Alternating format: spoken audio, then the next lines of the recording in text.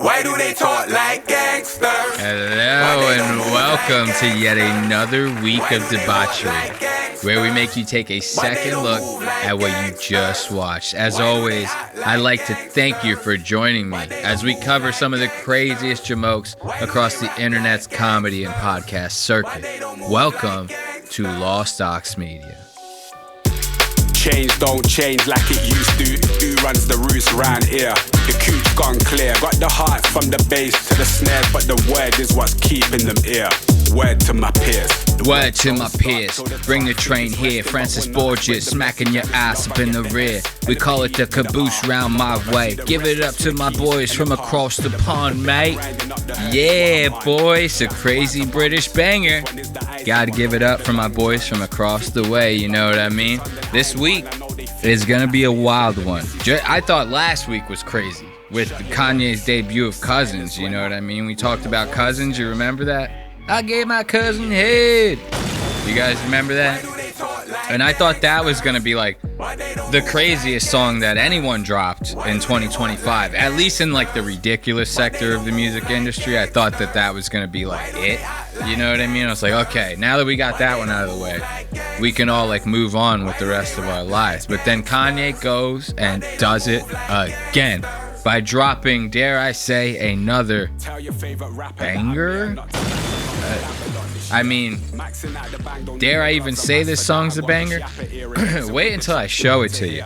This new song is even more crazy than Cousins, but on top of that, what makes it even more dangerous than Cousins is it's about 10 times catchier. And when I show it to you and you hear the lyrics, it's gonna melt your skull clean off your fucking shoulders. Wait until you hear. And then what's even crazier is Kanye wants to do like almost like an exclusive drop of the song, like where he goes on a live stream with none other than Sneako. You guys know the Sneako character, and him and Sneako are trying to like push the song on other streamers like DJ Academics. They tell like 3 different streamers in that one stream. They go, yo man, we want you to exclusively drop the new song on your stream, bro. You're gonna be the only one that's got it. They're sending it to everybody. Wait until I show you that a little bit later. It's gonna knock your socks off. Then, we're gonna be talking about David Portnoy, who's fighting for his goddamn life right now. I will admit that. This guy is fighting for his goddamn life. He caught a taste of the anti-Semitism. Unlike Ethan Klein, though, Dave is gonna do something about it. You know, a guy like Ethan, he gets hit with a little anti-Semitism like this, you know? And he spirals out and starts flailing and fucking calling everybody names, threatening to sue people and shit like that. Not Dave Portnoy. No. So Dave ends up, he has these barstool bars, right? That are sprinkled around the country. And he has one in Philly. And apparently at the bars, you can have like your server come up and bring your table like a sign. You could write whatever kind of saying you want on the sign to be cheeky, funny, whatever it is. So a group of assholes decided to go in there, and their sign said, fuck the Jews. Said, fuck the Jews, man. And the servers apparently had no problem writing that sign up and giving it to those boys to put on their table. Well, once Dave caught wind of this, he lost his goddamn mind. But, you know, unlike a guy like Ethan, who would just bitch about it for like a year, make himself seem like a huge victim, and that's it. Dave wants to do something about it. So Dave is sending the boys to Auschwitz. Yes, you heard me correct. When Dave experiences anti-Semitism, he hunts down the perps and he sends them motherfuckers to Auschwitz, baby. So if you're looking for a free trip to Auschwitz, look no further. All you got to do is put up a fuck the Jews sign in one of Dave Portnoy's bars, and Bob's your uncle. You're in there. So what else we got on this week's docket? We got Mike Malak taking over on his new podcast, Impulsion. You know, I call it Mike's podcast because, I mean, let's face it, Mike's the real star of the show here. At least that's what it's kind of shaping out to be. Mike is the real star of the Impulsion podcast. Logan will eventually keep doing his WWE shit, and Mike will take it over and drive it straight into the goddamn ground, just like he practically did with this Tom Brady interview. Wait until the stupid-ass questions coming out of Mike's mouth Wait until you see how they hit Tom Brady. This like fucking shocks him. This guy, Mike Malak, dude, get this guy out of my goddamn face. We got all that and more coming up later on Lost Ox Media. But I wanted to start this episode out with my man Francis Borges. You know what I mean? You know, my good old buddy Francis. Now, this video that we're about to dive into, this is actually a listener submission. This is a good old listener submission by probably my favorite listener, Austin Volner 3101. You know, this guy is practically responsible for this entire production. This guy, he supports the show in a way that nobody else supports. You know what I mean? He paid for all this shit. This guy bought so much merch, it paid for all of this. The whole move, everything is all thanks to him. Austin, if you're listening, I greatly appreciate it. You know, $50,000 for all of this? My man. This guy is practically an executive producer of the show now. So thank you, Austin, for submitting this. This guy sends me clips. He fucking pays my rent, my electricity bill. He's been paying my internet for the past 5 years, this guy. So, I mean, it's not just the show. I practically owe this guy everything. So I also owe him for this beautiful clip of Francis. Francis here has done what not many other YouTubers have done. You see, normally these YouTubers, they blow up, they get a little bit of a following, they start trying to flex their nuts and stuff like that, which is weird. It's like if you blow up and it's all thanks to like your audience, to me, it's like the weirdest thing in the world to like then go like, hey guys, I want to show you guys my $10 million mansion that I just bought all off of the backs of you guys, man. You know, it's like weird to do that. But you see it all the time. These YouTubers are buying mansions. They're buying like Ferraris and Lambos, you know. They get themselves nice little OnlyFans girlfriends like Jack Doherty, you know. Jack Doherty just got his chain snatched, you know what I'm saying? That motherfucker's struggling right now. But these guys, they flaunt their shit in like the most typical cheesy way that you could possibly think about it. Not my man Francis. Not him. Not him. No. Not him. Francis is putting them all in their goddamn places. And how is he doing that? I'll tell you how right now if you just give me a fucking second to talk. He does it by buying a train. This guy buys a whole ass train. Now, if you're somebody who's like a new listener to the show or you're not familiar with Francis is like the biggest train enthusiast that you've ever met. Now, there are other guys out there that probably know more. There are other guys out there that probably have more. But none of them have the same passion and vigor and like just the sheer giddiness and enthusiasm that this guy has. Just being in the presence of a goddamn train. Like this, if he's on a bridge and a train passes underneath and it's got a smokestack, this guy is like the happiest dude. He's like a kid on a water slide. He gets hit with that smokestack. He's like, oh, you know, it's wild.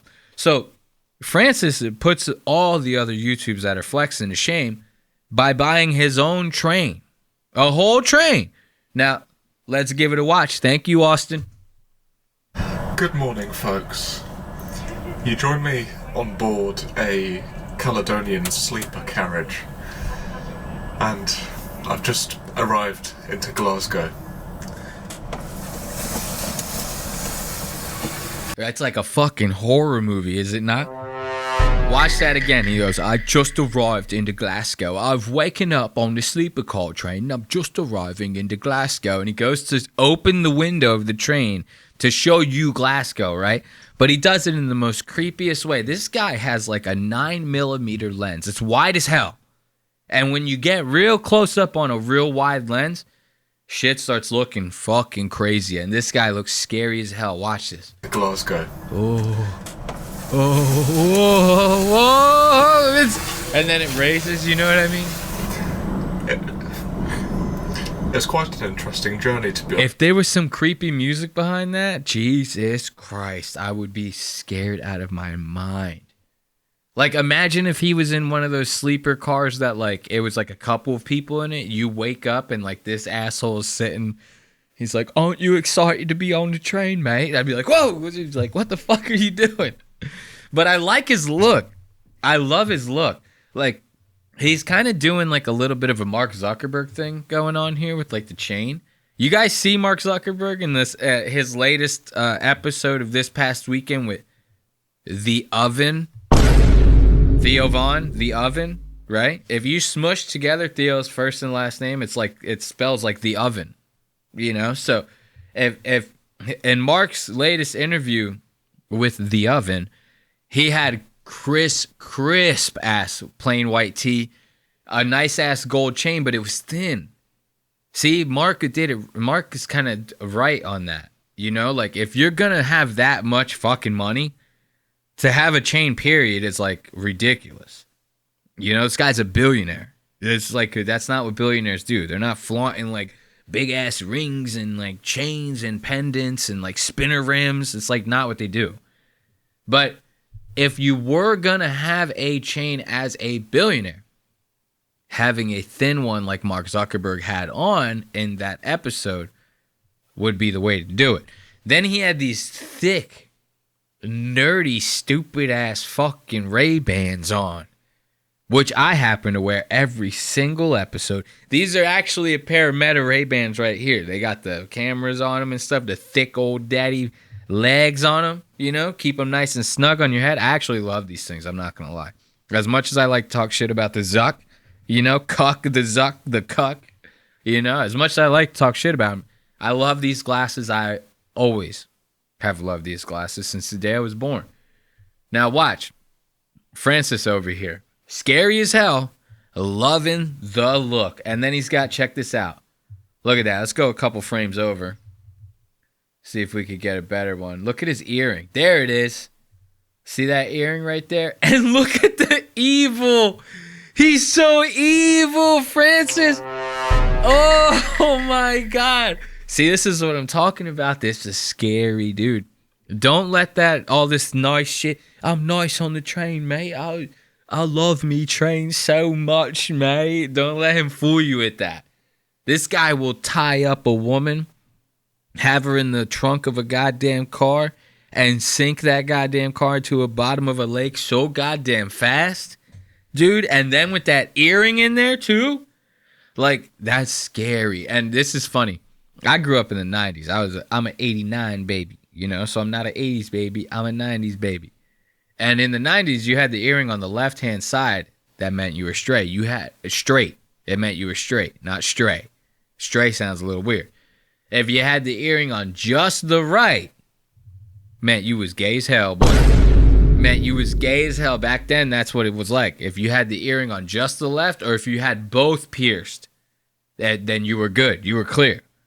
Nobody would pick on you in school. Everybody thought it was the shit.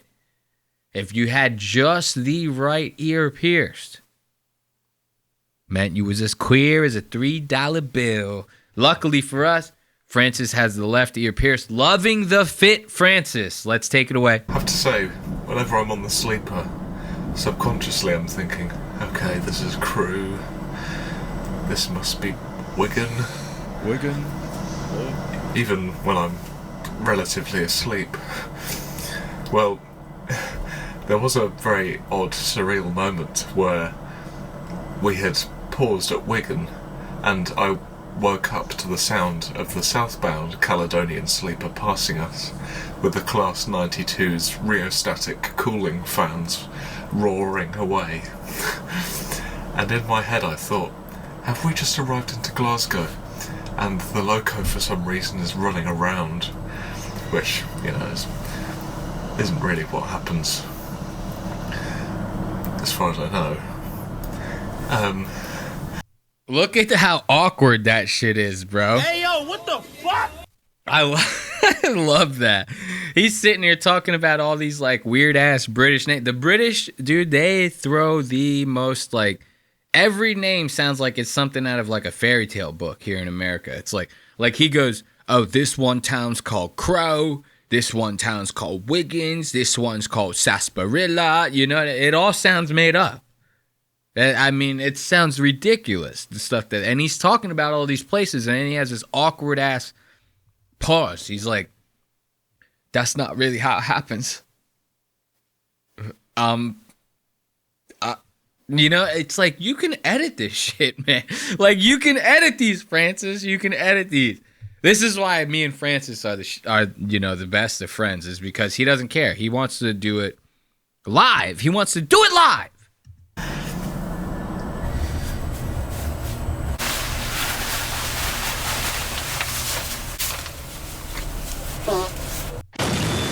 What the fuck was this? Hold up. For those of you just listening at home, my man, as soon as he finishes talking about all those made up fairy tale places that apparently the train supposedly stops at, allegedly, he's talking about all these places.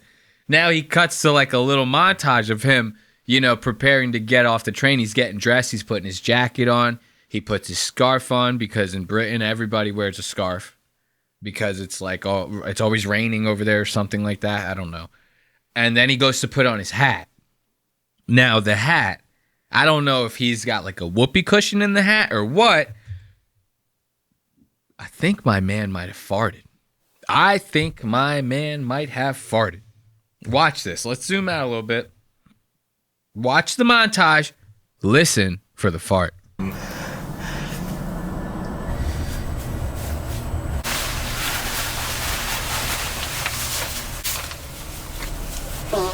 Boom. That's a fart, bro. Hey, yo, what the fuck? That guy just farted all up in your open house, man. You guys remember that from I Love You, Man? He goes, boom, that's a fart. And he goes, yep, this guy just farted all over your fucking open house. My man Francis, dude, with this hat, dude, farting his ass off before he gets off the train. This is what I'm talking about. You can edit these. This is how true, though, Francis is to the game.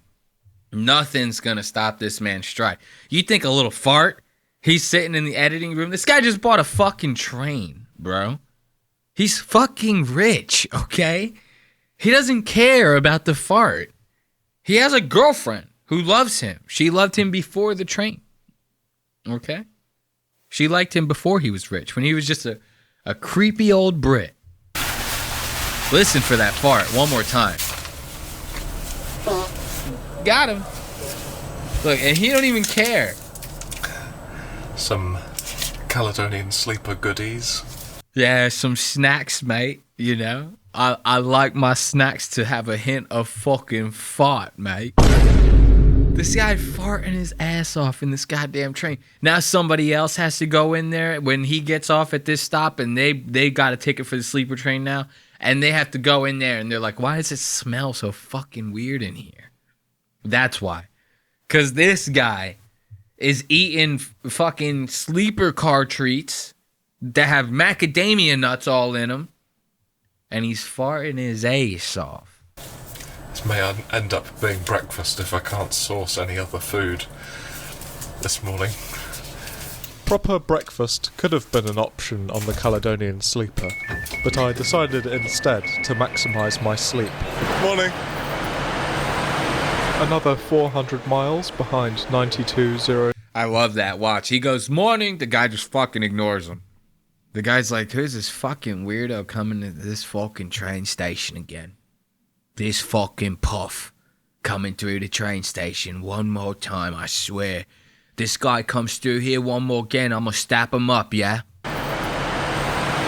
Another 400 Look, we missed it. Watch, listen. He goes, morning. The guy's like, fuck you, mate. Maximise my sleep.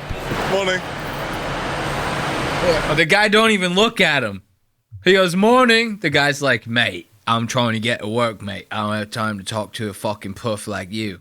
A fucking puff walking down the train station in frilly little lace. I think not, mate. Another 400 miles behind 92020. Goodness me. Goodness me. I wonder if that happened on the journey up. A quick walk over to... And this is what's crazy. This is how innocent Francis is. That if you're just listening, he goes, goodness me. It's because the train has like crazy scratches on the front of it, right? What does that mean?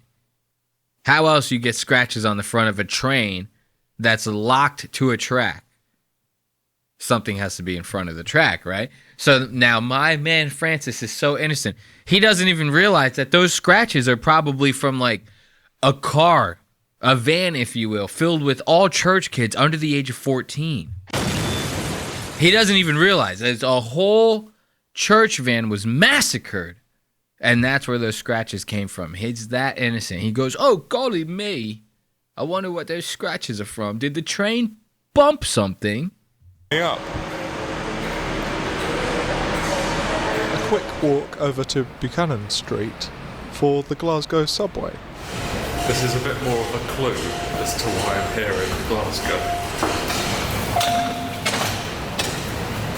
These are the new Alien vs Predator looking Glasgow subway trains, manufactured by Stadler. I like that. Give it up for Francis. That was a good joke. See, Francis, he doesn't like the way that the new trains look. He thinks that new modern trains are like boring. They don't have as much character and charisma as the older models do. So this is his way of rebelling against the system. He goes, look at this fucking Alien versus Predator looking fucking train, mate. It sucks. These are the new Alien vs Predator looking Glasgow subway trains, manufactured by Stadler.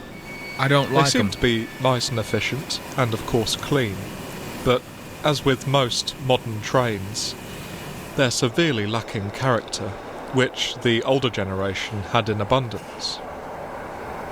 Surfacing at Govan, or is it Govan? Govan. Oh my God! Govan. You hear that? See, this is now, even when he tries to be funny, he's still funny. Govan. And this is what I'm saying. This is what I was saying earlier. Every single name you hear come out of a Brit's mouth. They're like, oh yeah, you make a right over at Lollipop, and then you go down a bit, and then once you come down to the Brookshire, then you'll make a left over at Gangley Green Way, and then go over to Govan. Or is it Govan? Govan. Govan. The red brick buildings are catching the morning light, and I make my way towards the River Clyde, as I'm waiting for someone to pick me up to take me to a railway depot in Glasgow. Hello. How's it going? Fine, how are you? Good, thanks. That's all. That's his whole ride. He goes, hey, how's it going?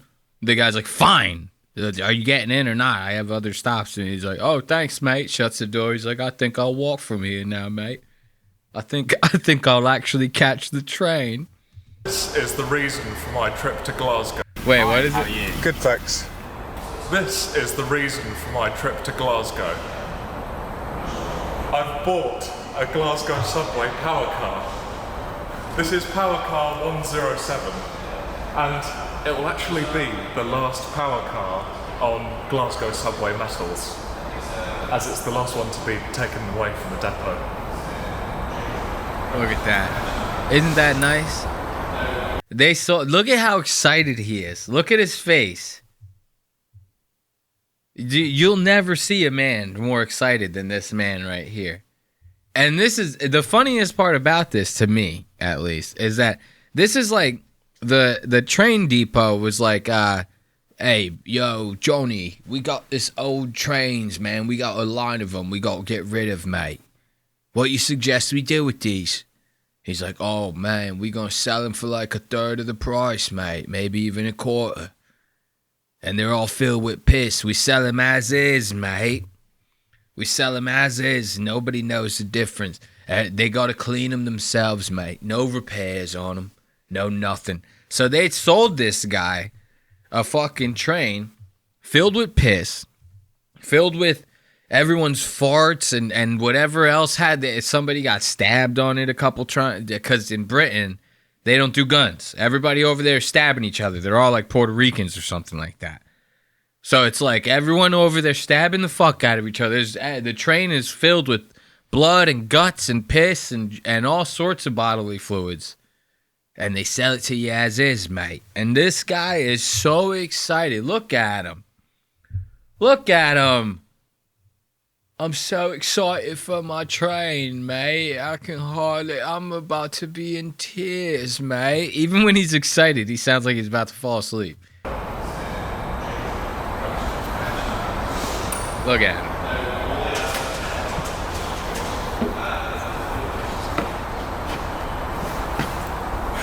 Hey, yo, Francis! Let's give it up for Francis and his train. Look at this guy. This almost makes me jealous seeing this, because like you think about how I think about how many times I played with toy trains when I was a kid. This guy owns a train now. This guy's a fucking man. Inside, the driver's desk is so satisfying. A retro 1980s backlit instrument cluster and nice rubber-sealed buttons seemed to function perfectly well in 2024, as it did in 1980. The power cars are being shunted around by the resident Let the autofocus fuck up the whole shot. Don't take a second. And I couldn't resist some rare haulage. Just to be clear, I'm not driving here. I'm still experiencing rare shunter haulage. This is extremely... I love that. You know, just to be clear, I'm not the one driving, mate. In case you was wondering. I know you think that I'm such a train expert that they would let me inside the depot and just let me drive any train model I want. I know you would think that, mate. But that's not quite the situation here. I'm experiencing rare shunter haulage. I don't even know what this guy is saying, dude. He talks about this rare shunter haulage or whatever the fuck it's called. And like we're all supposed to understand what that means.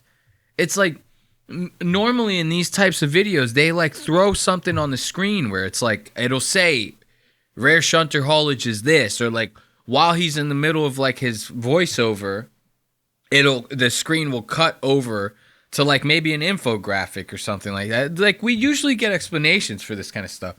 You can't just talk about for instance, mate, I'm sitting on the train, I'm experiencing rare shunter haulage. You say the shit like it's sweet, like we're supposed to know. I have no idea what that is. Resident Clayton battery locomotive. Listen to it. And I couldn't resist some rare haulage. Some rare haulage. Just to be clear, I'm not driving here. I'm still experiencing rare shunter haulage. This is extremely rare shunter haulage on the Glasgow subway network. What is the rare shunter haulage? Where is it? Like I'm being dead serious right now. I'm trying not to get too passionate about this, but with the conflation. But I'm being serious. Where is the shunter haulage? What is it? Like he's saying it like we're supposed to know what it is. And then this guy, like, he's filming this on like his iPhone or something, and it's overexposed as a motherfucker. We cannot see what you have going on here, man. Like, I'm actually starting to get upset with Francis about this. What is rare shunter haulage? And I love it though. It's funny. He turns around and he goes, "This is some serious rare shunter haulage." Like it's like the fucking, like it's like the most awesome thing you've ever seen. I have no idea what it even is.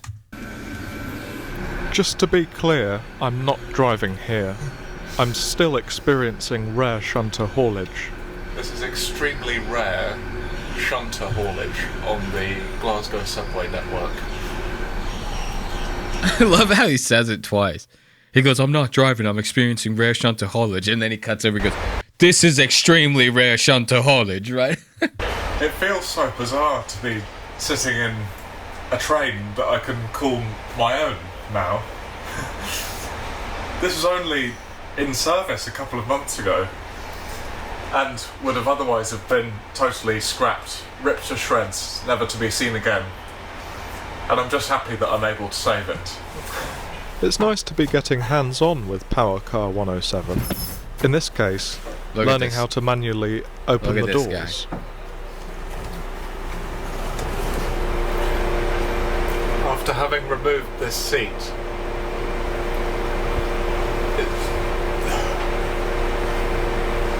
It smells really badly of piss. Oh my God! It smells really badly of piss, mate.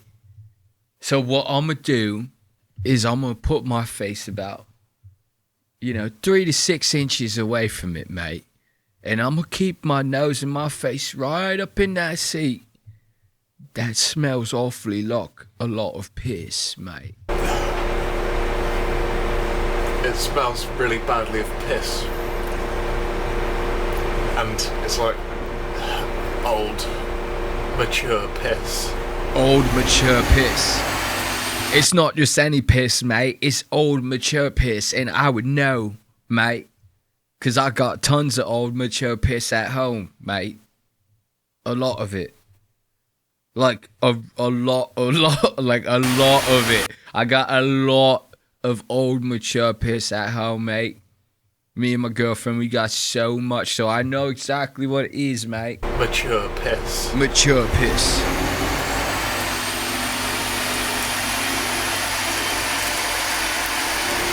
So, my power car 107, is the next one up. And it will be the second to last power car on Glasgow subway metals. I initially thought that it would be the last, but it's now the second to last. I feel a little bit nervous now. It's like it's my baby. It's his baby. Absolutely fine, of course. The train is his baby, dude. This is amazing. And just like that, Power Car 107 is on the... And you have all these other Brits around here, all these actual fucking kidney bean eating fucking scallywags all over here getting real jolly. They're getting real jolly. These are real men. As far as British standards, these motherfuckers will fold against an American, of course. But as far as British standards go, these are actual men. And they got this little ass twink running around here, and he's like, "Oh, mate, my train is up in the air. It's fucking awesome. I'm gonna bring it home, mate." Back of the J.R. Adams DAF lorry, ready to head to its new home. That sucks, too. That's all they give him is just that one little link. Like, give him the whole thing. Give him, 9 of them. If I was that, I'd be like, if I'm gonna pay for this, I want, the whole fucking thing. Like, the whole 1.3 mile stretch. Or kilometers, as they say over there. I want the whole 1.3 kilometer stretch of trains. I want 7 cars. I don't just want one. It's like a Tic Tac. You can't just have one. You need all of them.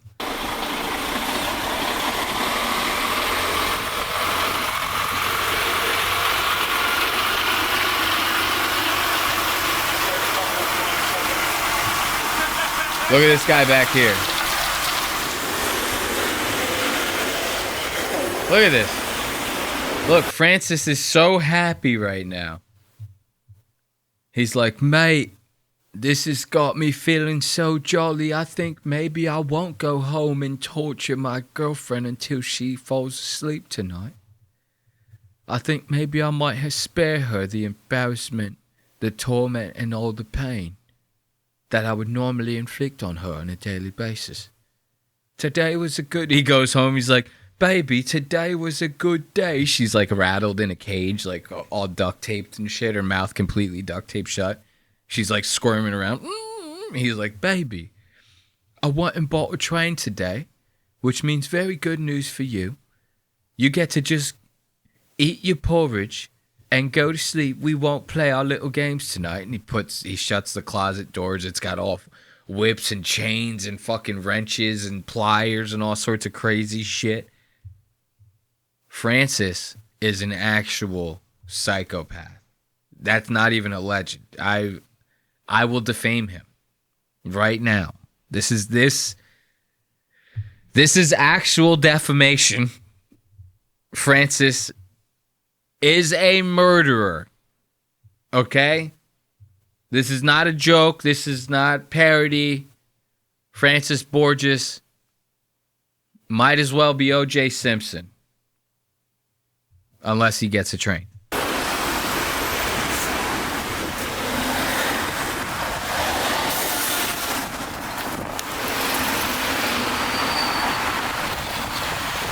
Look at him. He's so happy about this train. That's it. I'm officially Watch a him. rolling stock owner. And I hope that it marks the start of, hopefully, more rolling stock saving from scrapyard situations. Watch him. Oh, shit! Hey, yo! Hey, yo, what the fuck? Look at his face. Look at how embarrassed he is. Oh no, mate. I almost ate shit on the goddamn sidewalk, mate. They would have been scraping me up like a pole of beans, mate. If I would have fell, mate, they might as well call it quits for me. They would have been scraping my remains up off of the street like a pile of beans, mate. Yo, Prince. This is what I'm talking about. Why don't you do a new take? Why don't you do a new take? For those of you listening, he's talking, he's doing all this shit. He almost trips and completely falls and ends his life right there on YouTube. And if he would have died, he would have left it in. He would have left it in. If he would have died, he would have left it in. He was about to trip, and I don't know. I can't see what's off screen. He could have fallen off of a cliff for all I know. You know, he could have been inches away from total annihilation. I have no idea. I don't see what's out. Just like you guys don't see what's outside of the frame of this. You remember I'm always talking to you guys about my legs, how big they are. They're huge. Like, it's all normal up here. This is all normal. Underneath this table, I have honey boo-boo legs. Okay? It's a lot going on down there, and you don't see it. So I don't know what this guy. He could have tripped and fallen into a black hole, and we would have never fucking heard of him again. I have no idea. But he just leaves it in. It's like, why not just redo the take? If that was me and I did that, I would have called the train guys and been like, turn the train around and bring it back to the depot. We're starting the entire video over again. I'm doing the entire video over again. Bring it back. We're putting it back on the crane.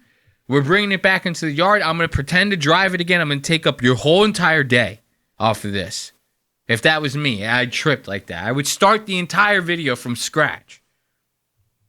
This guy leaves it in.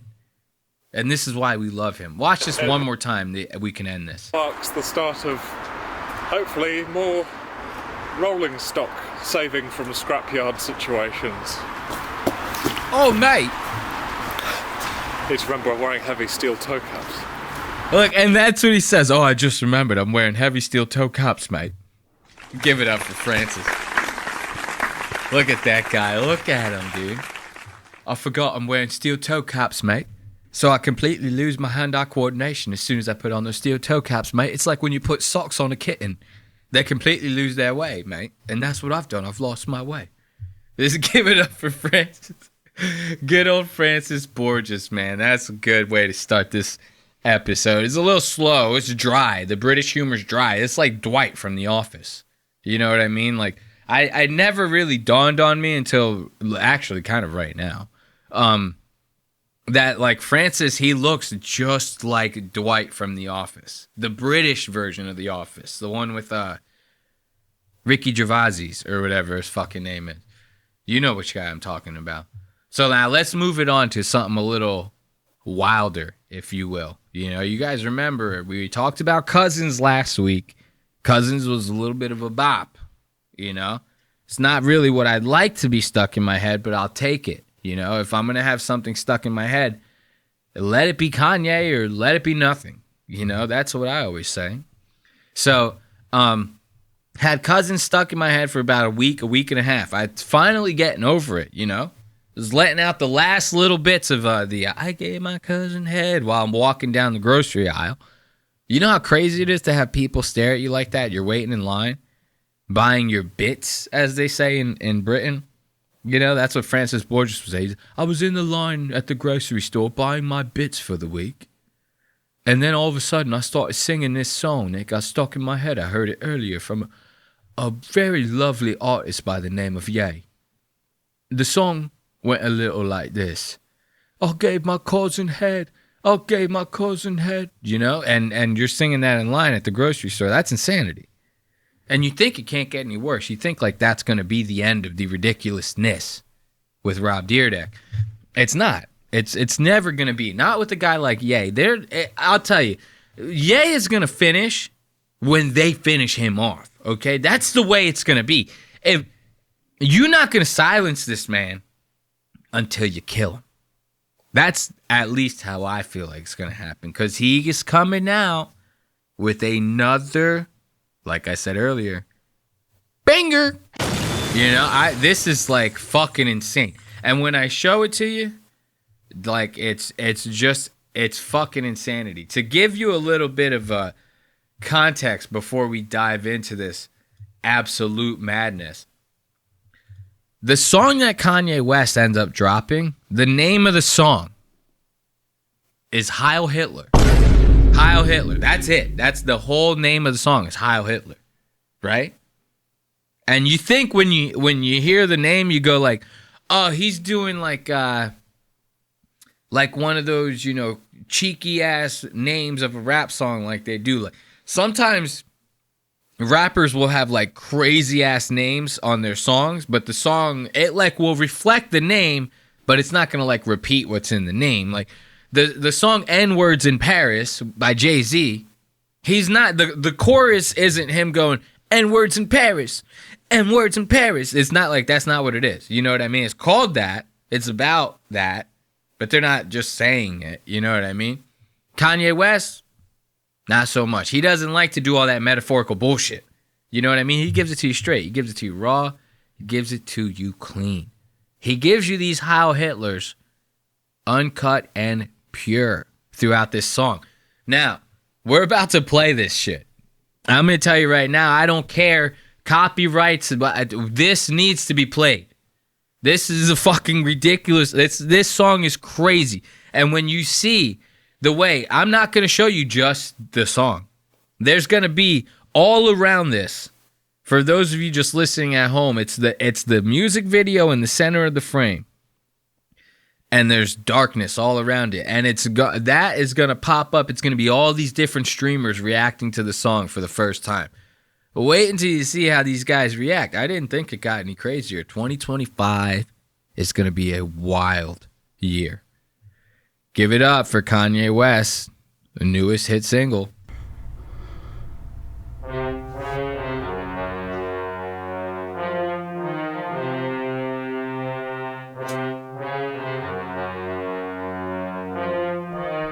Let's see what we get.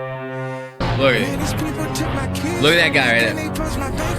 I got so much anger in me, got no way to take it out. Think I'm stuck in a matrix when I bust my nitrous. Yes, I am a cuck. I like when people fuck on my bitch. Shit that I'm posting on Twitter, they telling me, hey, don't say that. How niggas can't see me in public, I'm driving an all-chrome Maybach. With all of the money and fame, I still can't get my kids back. With all of the Video direction's pretty tall. Get to see my children. Niggas see my Twitter, but they don't see how I be feeling. So I became a Nazi, yeah, bitch, I'm the villain. Now, hold up. Oh, my God. All right, wait. So now, you listen to this, right? Like, so far, we're in the clear, right? So far, we could chalk this up to a N-Words in Paris type situation, right? We could say that. We could say, man, it's just the name of the song. That's just a crazy name of the song. He's just trying to get, it's clickbait. It's clickbait, you know? And then you start listening to the first verse and you're like, damn, this motherfucker's getting raw, bro. He's sitting here talking about how they froze his bank account. He got his kids taken away. You know what I mean? He started, you know, saying some crazy stuff on Twitter. They told him, yeah, you can't say that, bro. You can't say that. That's fucking crazy. He starts getting real. Like, we're talking real here. He even says in there, yes, I'm a cuck. I like when dudes fuck on my bitch. Right? Probably talking about that Sensori. Their name, Bianca Sensori. That girl that he had flapping her wallet all over the goddamn red carpet that one event. You know? So this guy is like letting it all out right now. He's letting it all out. So far, so good. Will it stay that way? Because I'm telling you, this beat is fucking fire. Okay? Let's see what we get.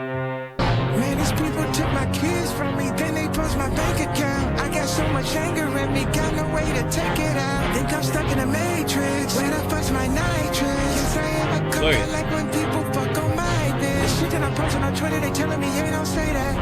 How niggas can't see me in public, I'm driving an all-chrome Maybach. With all of the money and fame, I still can't get my kids back. With all of the Video direction's I pretty don't tall. get to see my children. Niggas see my Twitter, but they don't see how I love that. That one white dude's like, the video direction so far is pretty tough, bro. It's pretty damn tough. Hold up. We're not through yet.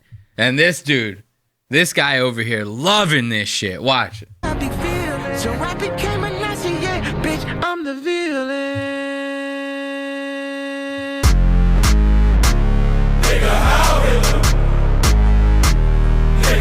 Look at all these reactions. Look at them. Look at academics. Look at academics. Watch them. Watch how, dude, as soon as they go, Heil Hitler, academics, he's breaking his fucking neck. He's like, oh shit, they said, oh, watch him. I'm the villain. Watch act. Go ahead, act. Watch him, he starts getting, oh yeah, he goes, yeah, this shit tough as fuck. They don't understand the things I say on Twitter. What was that? Look at this reaction. All these Heil Hitlers, bro. All these Heil Hitlers. Look at this. Look at my man over here. He's going, oh shit, he said that.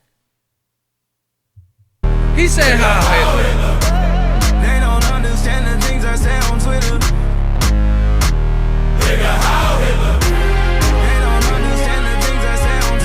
Look at my yarmulke boys up top. Watch my yarmulke boys up top. Watch.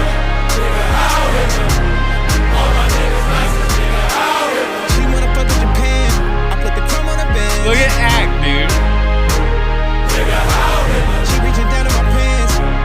dude. Yo, this is like legitimately like a fucking moment for DJ Academics, dude. Like, I'm not kidding, dude. Look at DJ. I'm sorry. I am getting a little passionate about this. This is insanity, dude. This is actually insane. Look at DJ Ack. Look at DJ Ack. You ought to know by now. And you know. Oh, dude, I accidentally went to the end of the song, bro. Look, watch DJ Academics fucking reaction.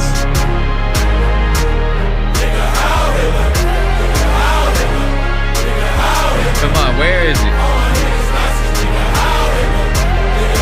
We went too far. Watch. Look right there. Dude, watch. This is going to be like an actual moment for DJ Academics. Watch. Look at him.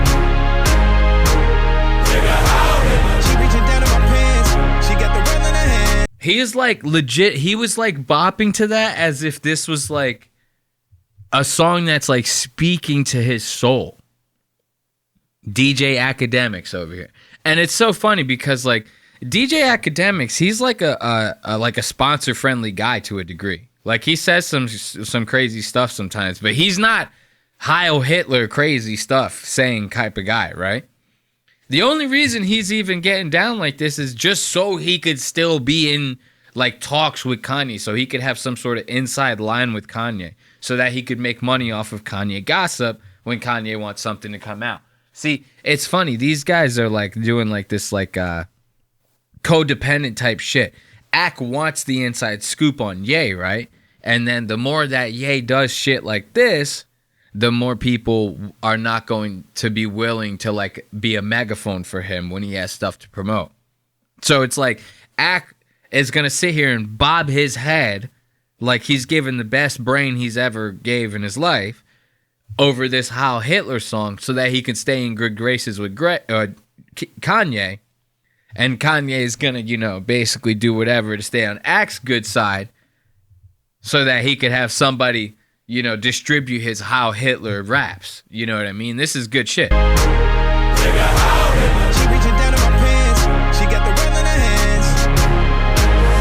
at this asshole. This guy right here. I know we're pausing it. A lot. If you want the real uncut, you know what I mean. Go to the Patreon. It's www.patreon.lemonparty.com, man. Over there, we got live episodes, and you can hear me talk about how Gal Gadot deserves to die. But yeah, this guy's reaction the first time he heard that Heil Hitler, he was like, whoa, like you could see it on his face. He's like, oh shit, what the fuck is this all about? Like, what's happening here? And now you look at him, watch. I'll show you. Look at his reaction, like right around here. Let's see. Telling me you don't say that. How niggas can't send my kids back. Look, watch. Look at his reaction here.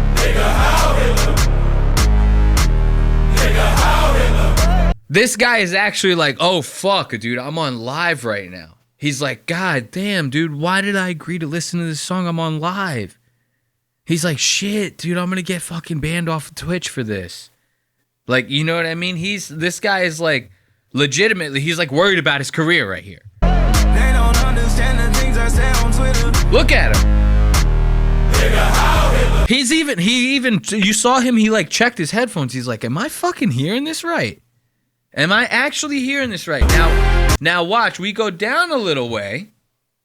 We go down just a little way.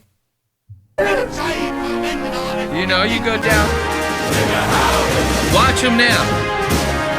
Where's he at? Look at him. Watch him.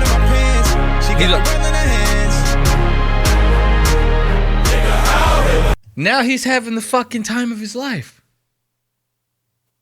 The first Heil Hitler he heard, he was shook. He didn't know what he was like. God damn, I gotta do something to get out of this one.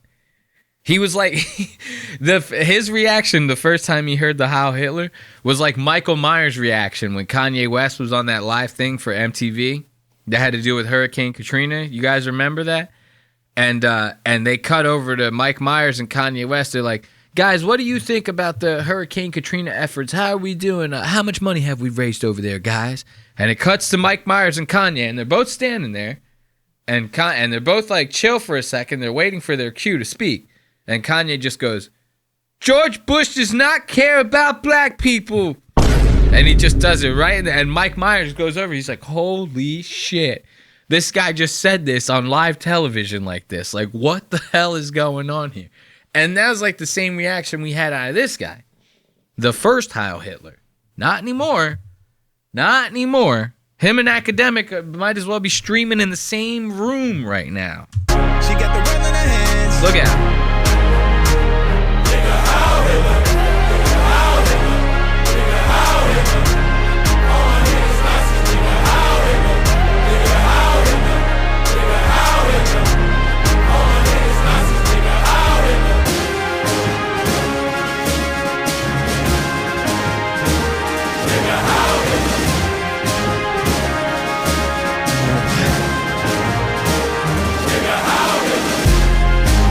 What is even happening right now, bro?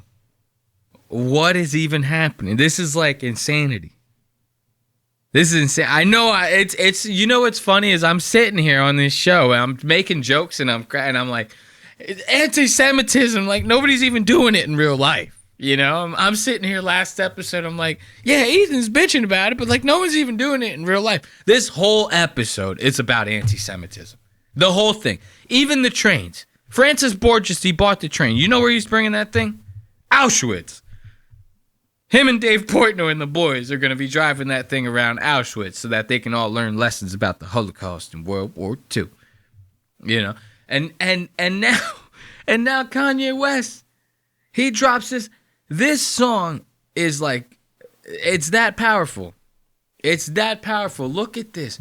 The one guy thought he was about to lose his whole livelihood off of this song. He's bopping his ass off towards the end. Every single one of these guys. The Yarmulke boys up top. Look at my little Yarmulke boys up top. Them little cone head looking ass motherfuckers. You know? The boys are back in town off of this goddamn song right now. And I'm telling you, the world is not going to be the same after this. Like, now it's like we're going to be living in a post Heil Hitler world like Heil Hitler by Ye world. You know what I mean? Like, as much as you want to deny it, as much as I hate to admit it, that's what it is. Like, now we are in a world where probably the catchiest song that you're going to hear all 2025, you know what I mean, is Heil Hitler. The N-word plus Heil Hitler. Those three words is like the catchiest thing that you've heard all year long. Not Like Us. Who cares about Not Like Us anymore? Who cares about not? The second that Kanye West started rapping about sucking his cousin's fucking tiny underaged wiener, the world stopped caring about Not Like Us, because Kanye was like a pedophile. Like, he was like kind of, right? Can you even call him that? He was underage, right? He was underage, and he was sucking his cousin's dick, who was also underage, but he was older. See, that's where it gets a little tricky. Kanye was older. So if Kanye sucked his cousin's dick when he was 14, and his cousin's like 9 years younger than him, then his cousin was like 5, that's a pedophile if I've ever heard one. And Ethan Klein. I'd be a pedophile for 20 million. So, and Kanye's definitely got 20 million. You know what I mean? This is wild, dude. Listen to the rest of this. You thought it was bad? It gets crazier.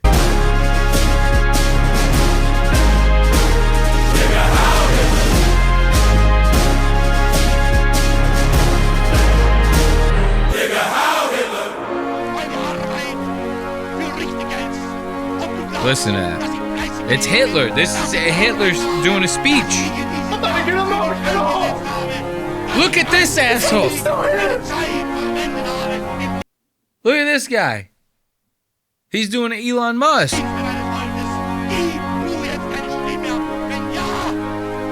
Watch all of these streamers' reactions after this. Dude, every single one of them,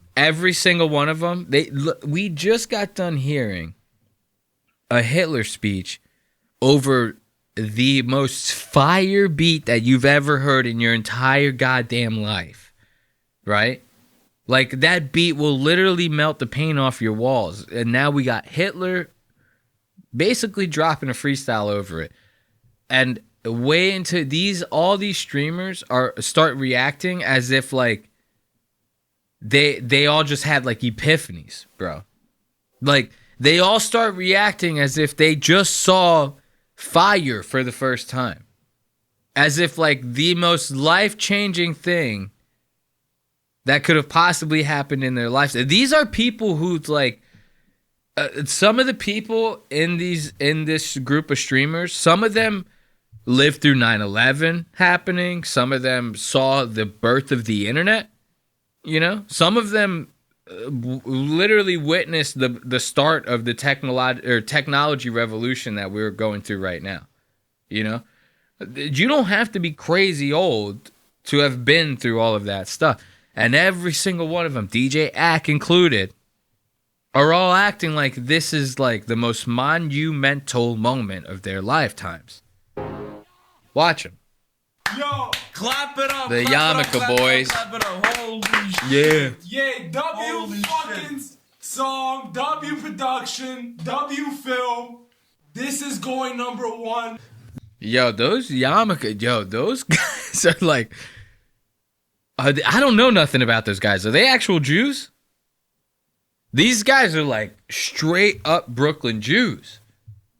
Look at these guys. Yo, W song, W production, W's in the chat, W for the Jews. W song, W production, W film. This is going #1. This song is about to disrupt the world, bro. You know, we all want Cook. We all need Cook. Shout out Ye. Can't fuck him for taking his kids. Let a man see his kids, bro. We love you, Ye. You're not crazy. Again, man, one of the greatest musicians of our time. DJ Yak, again, man, one of the greatest musicians of our time, man, dropping that Heil Hitler beat one last time for y'all. As a matter of fact, we about to play that shit on the rewind, if you don't mind, one more time, you know? Get put in jail. Even speaking on you, honestly, right now. But since I've got this opportunity now, I'm just gonna take the bullet for all of us and speak for all of us and tell you how I've not in my lifetime not experienced love like this to my whole people. I will say I do like it more than the second half of Dark Twisted Fantasy, though. I'll be honest. They froze his bank account. Yo, this motherfucker's sweet as hell, bro. He's like, I gotta say, I mean, I like it better than like the first half of the fucking, the Sisterhood of the Traveling Pants. You know, it was definitely better than the first half of the Sisterhood of the Traveling Pants, my dude. Now, they took his kids away from him. That was Heil Hitler. And, big shout out to everyone involved. My man said the shit like he was involved in the production. That's actual insanity. I guess give it up for Kanye. I'm telling you, though, look, when you get a chance, go back, go on YouTube, and just look up just the instrumental version. It'll change your life.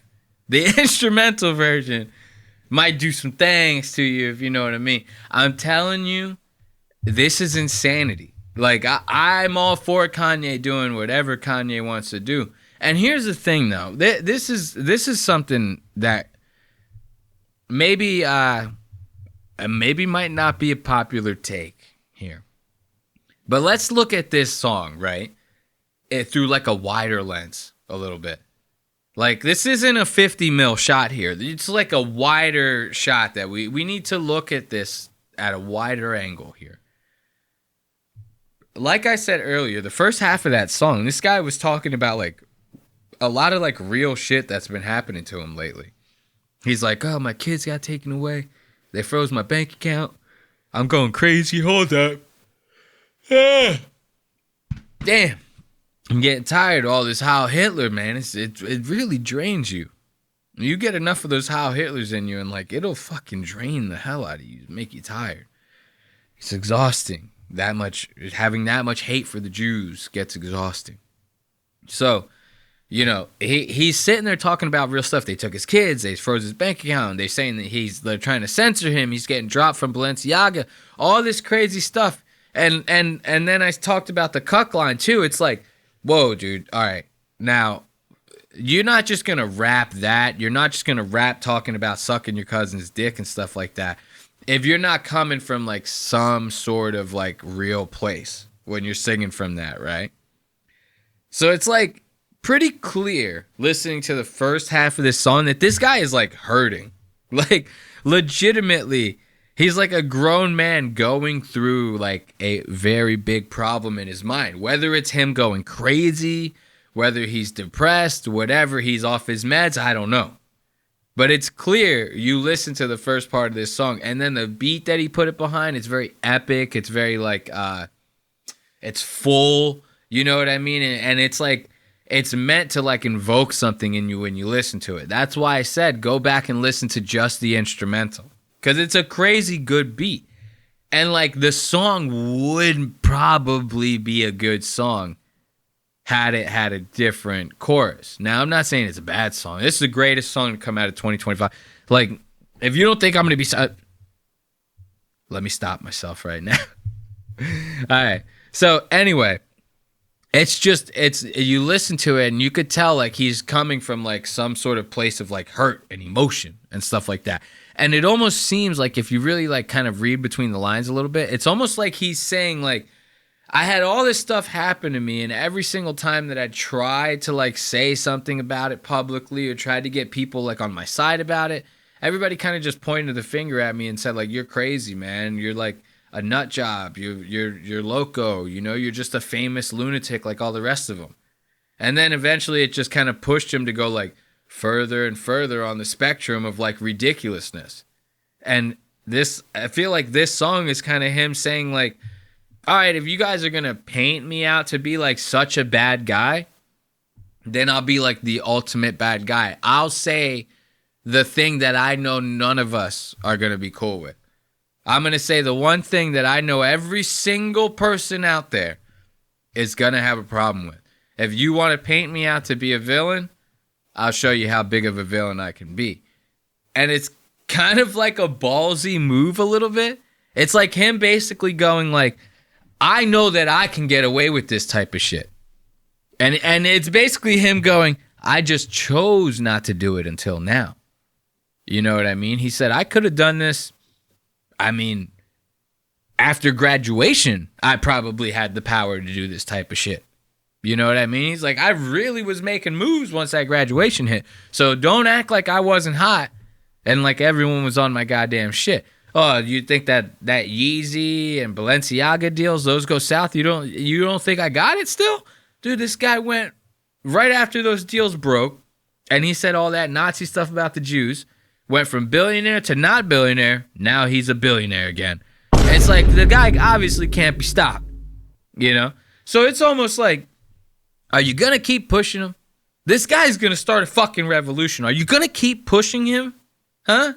Is that something that you want to do, the powers that be out there in the world? Is that what you want? You want Ye to get revolutionized like that? You want this motherfucker to get radical? Because this song is pretty goddamn radical. And here's the crazy part. And I call me a conspiracy theorist. You know what I mean? All you want. They're going to kill this man. They're going to kill this man. There's no way any type of powers that be out there in the world are going to be cool with a bunch of people singing Heil Hitler, walking, doing their everyday shit, whether it be in their minds or not. I'm telling you, it's going to get to the point to where, like, anytime a Jewish person sees someone bobbing their head to some music that they're listening to in their AirPods, they're going to be like, this is anti-Semitic. Bobbing your head is anti-Semitic now.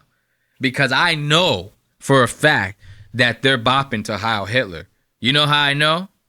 Because I, myself, the Jew, am bopping to Heil Hitler as well. It's that goddamn good. It's that goddamn good. I'm not saying the message is good. I'm saying it's a catchy tune, man. You gotta admit. Like, and you know what the crazy part about it is, too? Another PSYOP conspiracy coming from Lost Ox Media. The main parts of the chorus is N-word Heil Hitler. So Heil Hitler, that's already frowned upon. You can't say that, really. And then unless you're black, you kind of can't say the N-word either. So this guy is going to have everybody with this song stuck in their head. No one can sing it. Like 90% of people who have it stuck in their head aren't going to be able to sing it out loud. You know? Not without dealing with the consequences. So it's like, here's the question that I want you to ask yourself. Is this like a fight against censorship? Like it's funny, we're about to go into the time codes of the Sneako stream I told you about, where he wants to like drop this thing. It's where he ended up dropping the song in the first place, was during the Sneako live stream. And when we're getting into those time codes, you'll see Kanye West is kind of like, this is my fight against censorship, man. They went and they took all this stuff from me, man. They told me I couldn't say no shit. Well, guess what? I'ma say everything, motherfucker. I'ma say it all. So let's get into these time codes right here. Kanye West and Sneako, man. This shit is funny as hell, dude. We're gonna start out with Sneako out here smoking a goddamn ciggy, right? It's crazy. The stream starts, it's muted for like 30 fucking minutes straight. It's like 20 minutes of a guy playing the drums right in the microphone of the fucking goddamn camera that's streaming. So it's like all crazy muffled and it's loud as shit and you're like, what the hell is going on? To Sneako having it muted for like 35 to 45 minutes at a time because Kanye's playing the Heil Hitler song in the background and the song hasn't debuted yet. This is going to be one of the rare moments in the stream where there's actually audio, and this is going to be Sneako talking about how important this night is, how important this song is going to be once it hits the airwaves. Listen to this. Tonight's the night. Tonight's the night. Tonight's the night. It's 3 a.m. in Spain. I was just asleep editing. I literally fell asleep at the table. And you know, I found out Ye's dropping from his Twitter. Like, and he's literally in the room next to me. And I look at his ex, and he says he's dropping tonight. He didn't tell. So, see what I'm talking about? That's the shit that I'm saying with this codependent type shit. Ye needs guys like Sneako and DJ Academics to use them as a microphone, as a mouthpiece from time to time for when he wants to drop shit like this. When it comes time to drop the song, they're sitting in the same house, just rooms apart from each other, and Kanye West doesn't have the decency to walk into the next room and go, yo, Sneako, the song drops tonight, my brother. You know, get ready for it. No, Sneako has to find out by looking at Kanye's Twitter. yeah, how you guys doing? Long love speech. You guys like Piers Morgan yesterday? I haven't talked to you since that. What did you guys think about that? Did you see him coping? Piers Morgan was drunk going to an Arsenal game, drunk tweeting at me, tweeting and deleting. He said, "You remind me of Rems and Stimpy. Sneako remembers me of," he was just typing, just sauced, having a cheeky pint, smoking a cheeky fag. Shut the fuck up, He Steve. remembers me of. And then he posted this selfie video saying, "Oi, go to my OnlyFans, link in bio. This steamy, this stymo." Like he didn't invite me on a show 3 times. Oh, shut the fuck up. I don't want to hear you talk about fucking Piers Morgan, dude. Him and Ye go on Piers Morgan, and fucking Ye ends up walking off in the middle of the interview. And then what? We're left with Sneako, as if anybody gives a fuck about what Sneako and Piers Morgan have to say to each other. Yes, sir. I'm on a great run. And speaking about the streaming industry, while we're here, because this is like a good moment for the streaming industry, I think. I'm really excited for the song. Maybe I should wait to get my commentary about it, but I'm excited because the song that Ye's dropping tonight kills cancel culture. It's the final headshot blow to just annihilate it. No. Whoa. You see that?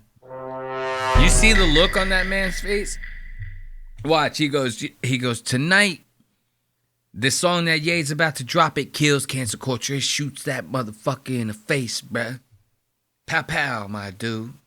And then right after he does it, he has like this, like, it's like a very radicalized look. This very tense jaw. He's like clenching his teeth and looking over to the side, and he's like, oh, yeah, dude, I can't wait for this song to drop because it's just gonna, like, this is what radicals sound like. This is what radicals look like. I'm starting to resemble Ethan Klein as days go by. The more and more I'm like, who have I become? The song that Ye's dropping tonight kills cancel culture. It's the final headshot blow. Watch how tense Sneako's jaw gets. Watch how serious he gets when he looks over to the side. This is like him envisioning in his mind being able to say the N-word and being able to say stuff like kike and spick and stuff like that. This is him envisioning that in his brain. He goes, imagine a world where I could say all these things and not have to worry about getting canceled off of YouTube, man. Like, you can say the things. You have to deal with the consequences. They're not illegal to say. It's not illegal to say Heil Hitler. It's not illegal to say the N-word. You just might not make money off of it. And that's what everybody has a problem with. To just annihilate it. You saw him? 3 words paired together that everyone can sing and everyone can have fun with. And it's just freeing. It's a very free song. 3 words. That also is crazy to me. That now we've heard the song, right? See, when I listened to this stream, I had not heard the song yet. So I'm like, 3 words. I'm like, how uplifting can they be? Like, what could it be? He used to have Jesus walks, which is only 2 words, 3 syllables though, right? And then he goes, God, show me the way because the devil's trying to bring me down. That's uplifting. You hear a song like that, Jesus walks with me, with me, with me, with me. Like, you could take over the world with a song like that playing behind you, right? 3 words. 3 uplifting words that everyone could sing, man. It brings us all together in harmony, man. 3 words paired together that everyone can sing and everyone can have fun with. And it's just freeing. It's a very free song. Free. I feel kind. It's just refreshing to see somebody say everything that you can't say. And everyone wants to sing it. Everyone at Dave Blunt's I talk to Dave Blunt's every day saying that, people are just so hyped for it at his concerts. People are texting me now. They didn't even know about the streamer that is releasing tonight. Jake Shields hit me up. He's super hype about it. Jake Shields. Dude, this guy, he goes, Dave Blunt sings it. Dave Blunt is a 500-pound rapper who literally has to sing while sitting on a couch on stage because he doesn't have the stamina nor the strength to stand up for the entirety of an hour-long concert. Dave Blunt is not someone that we should be using as a reference point for this, all right?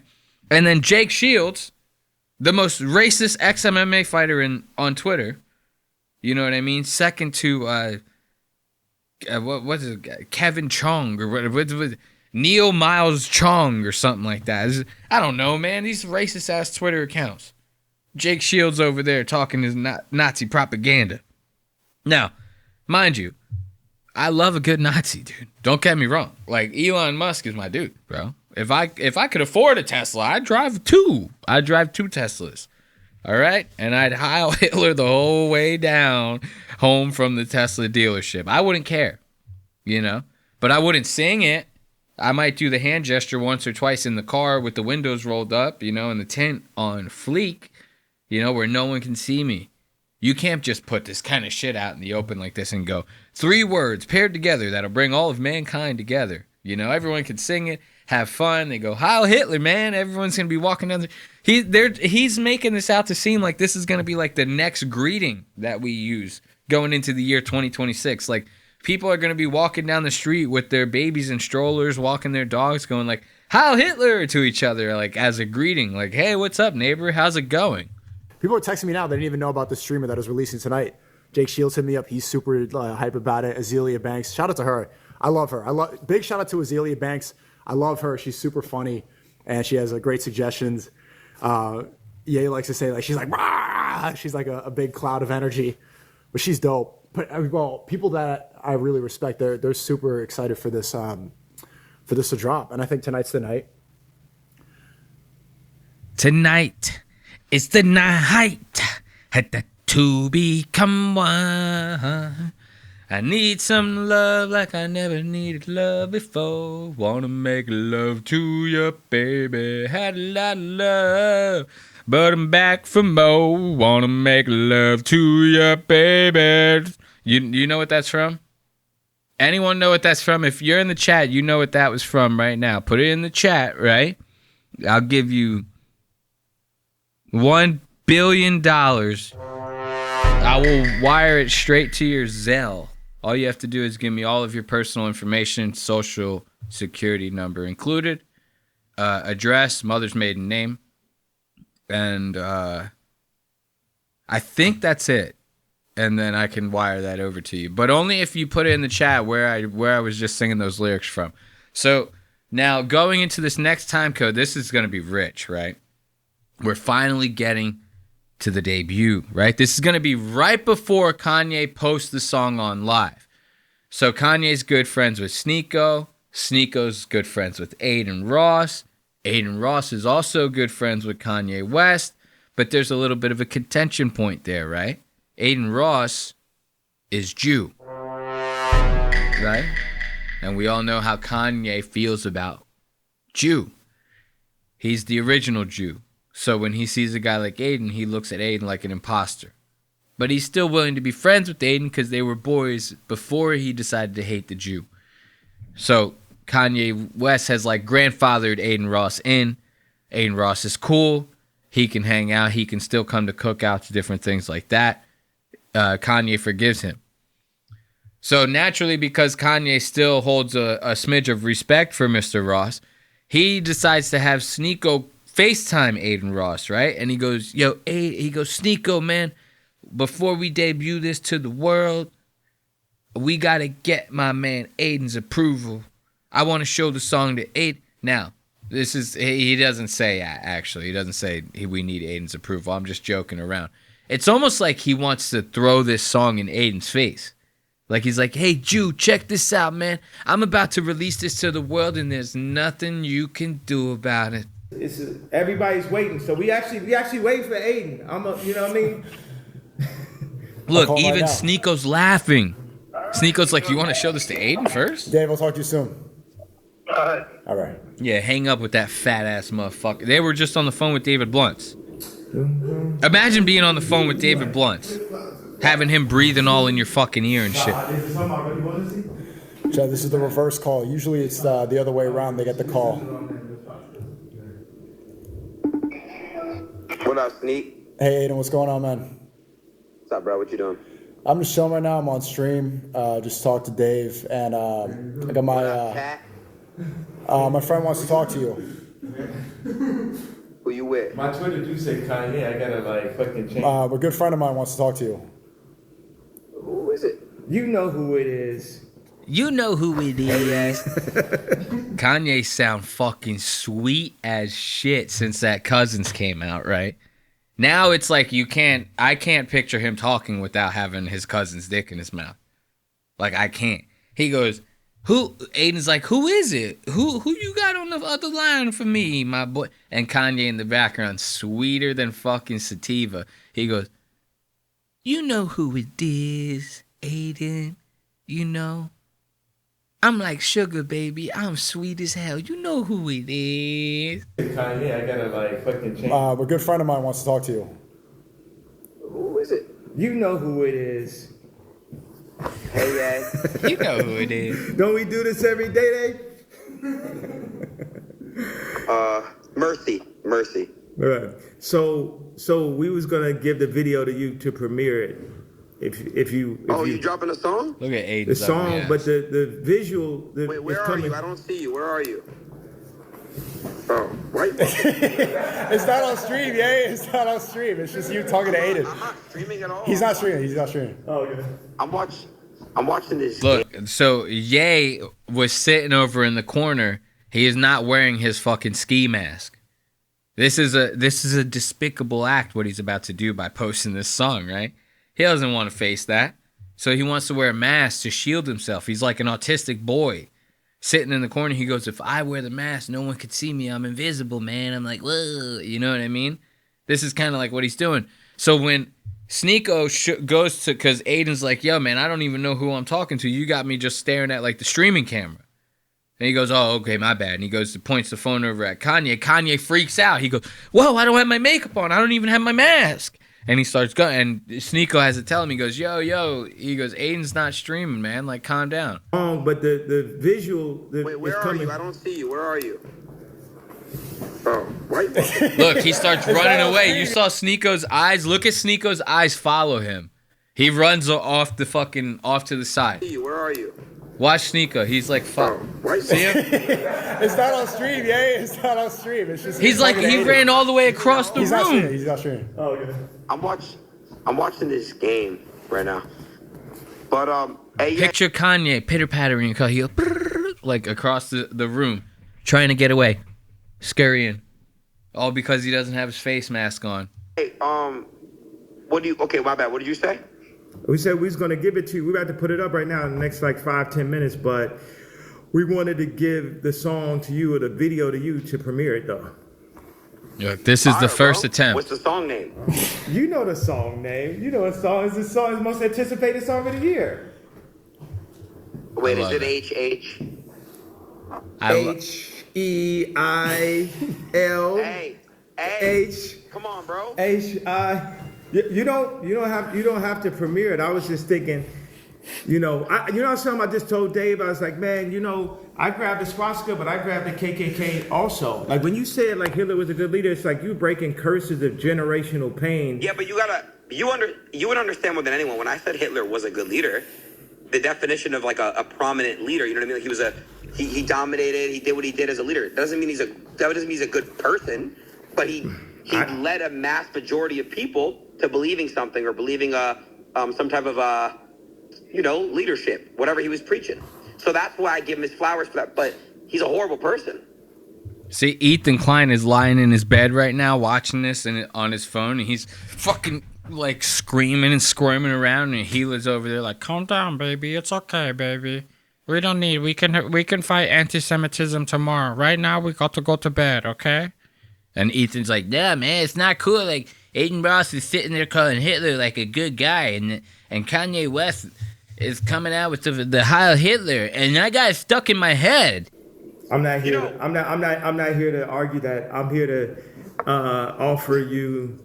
I mean, no. We could go into that conversation, and we can go into that conversation now. Well, I never met him in real life. I know you didn't meet him. I know, but do you think that Hitler would have liked you for being black? Look, now this right here is going to be solid fucking gold. So right away, Aiden, you heard him. He goes, what song is it? And Ye goes, you know the song, man. It's the most anticipated song of the year. Motherfuckers been waiting for this. Yo, motherfuckers been waiting for me to drop this one since day one, Aiden. You know what song, baby? Aiden's like, is it HH? Is it that one? Because now that goes to tell me that Ye has been bragging to these boys about this goddamn song. He's like, wait until you hear. Like, if I was Ye, I wouldn't have told nobody about this. I would have threw this one out of left field so goddamn hard. I would have posted this without telling a soul. As a matter of fact, I wouldn't have even posted it on my own account. I would have posted it on a ghost account. And then I would have put all the metadata on the song and traced it back to me, so you had to do some real work to find out. I would have made it like a real Easter egg type of thing. Not because I was scared of getting caught. If I was Ye, it's like, who cares if I get caught? I would have done it to make this more interesting, man. He's going about this the wrong way. So now Aiden's sitting there like, nah, man, don't drop that song. He goes, well, what would you think, man? How do you think Hitler would like you? You're black. Hitler doesn't like black people, man. He doesn't like black people. He only likes people that are on the same shit he's on. Now listen to Ye's answer to this. This is gonna rock your goddamn world. I never met him. Ye go, I never met him in real life. I never met him. I don't know what he would be like. In real life. I know you didn't meet him. I know, but Ye, do you think that Hitler would have liked you for being black? Yeah, I think he would have. I would have been one of the scientists that America ended up cleaning up and bringing in and having served America after the fact. Hey yo, what the fuck? Look at that. So Kanye, he would have been like one of them scientists that came over from Operation Paperclip or whatever the fuck the shit was. And Aiden's over here trying not to laugh his goddamn. See, this is so funny. This is what's funny about. This is probably one of the funniest things about Kanye West to me.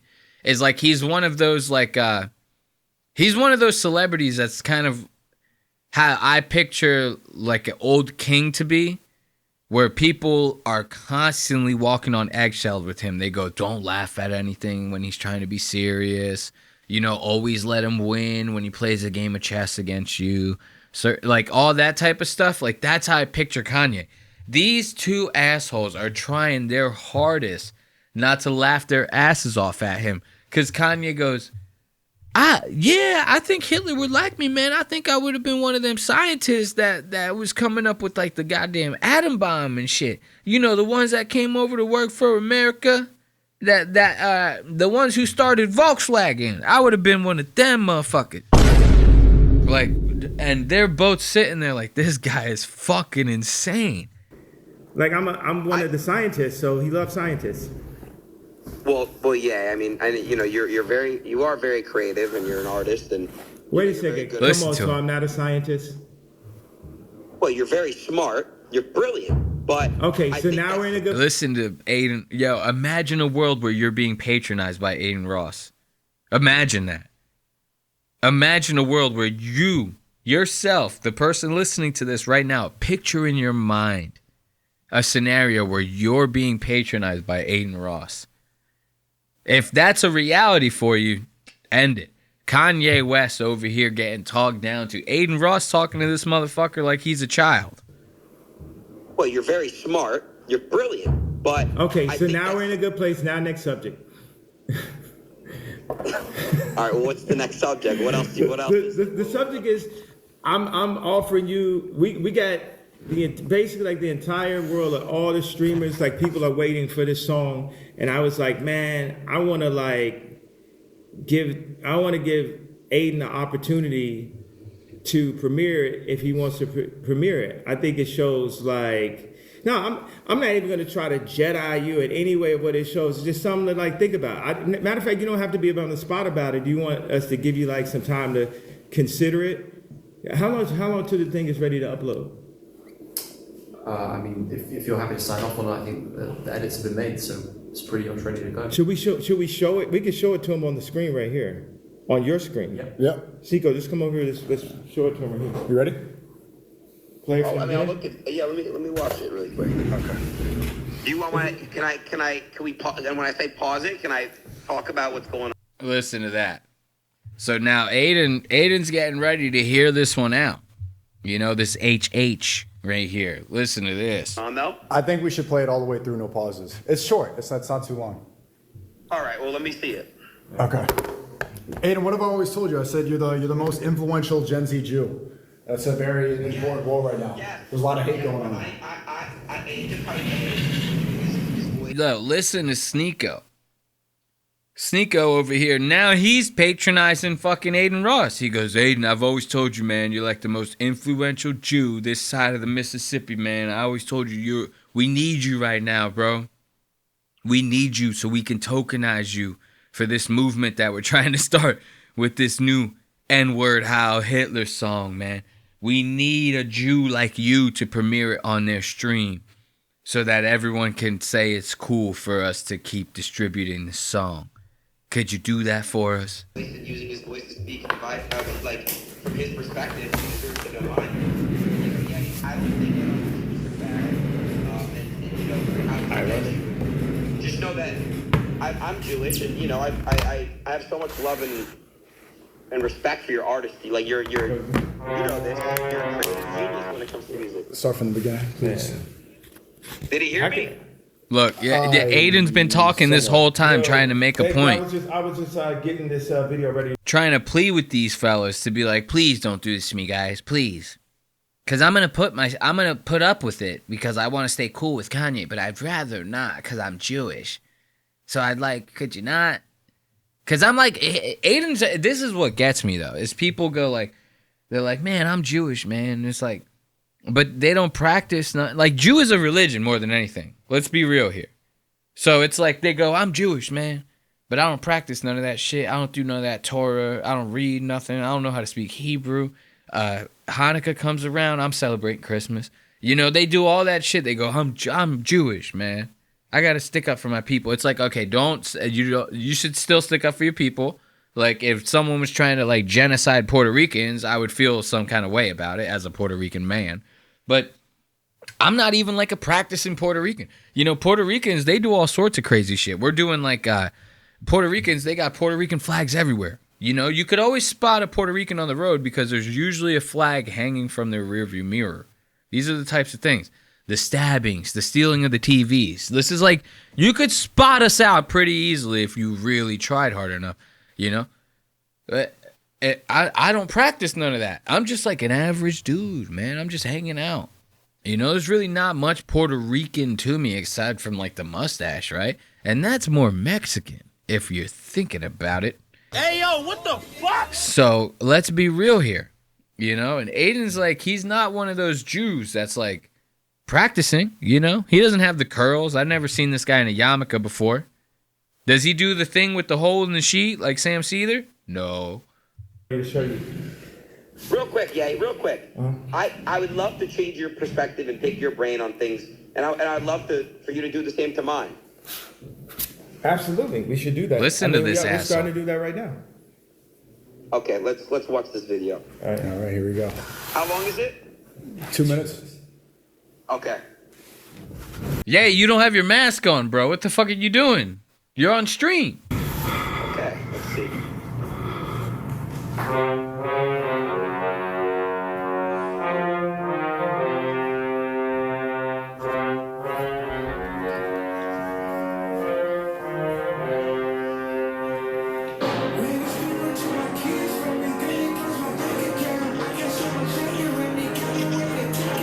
Think Look at Aiden.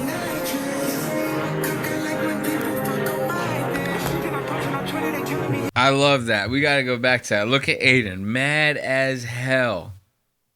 Aiden's like, hell no, Kanye got all these black motherfuckers dressed as wolves in this shit. Say Heil Hitler like this. And he's even extra mad because he knows the beat slaps like a motherfucker.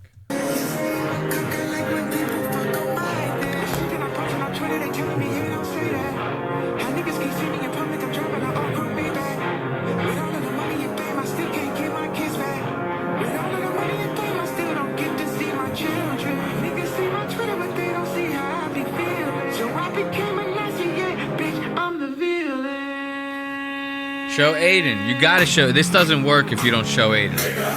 There you go. Yeah. Look. Yeah. Look at Aiden, bro. Aiden doesn't know what is going on right now. She going to put the bench. Put the bench. You know what I mean? Like, Aiden's over here fighting every fucking instinct in him not to start bopping his head, dude. This man's conflicted. He's conflicted. Because he knows it's fire. He knows it's stuck.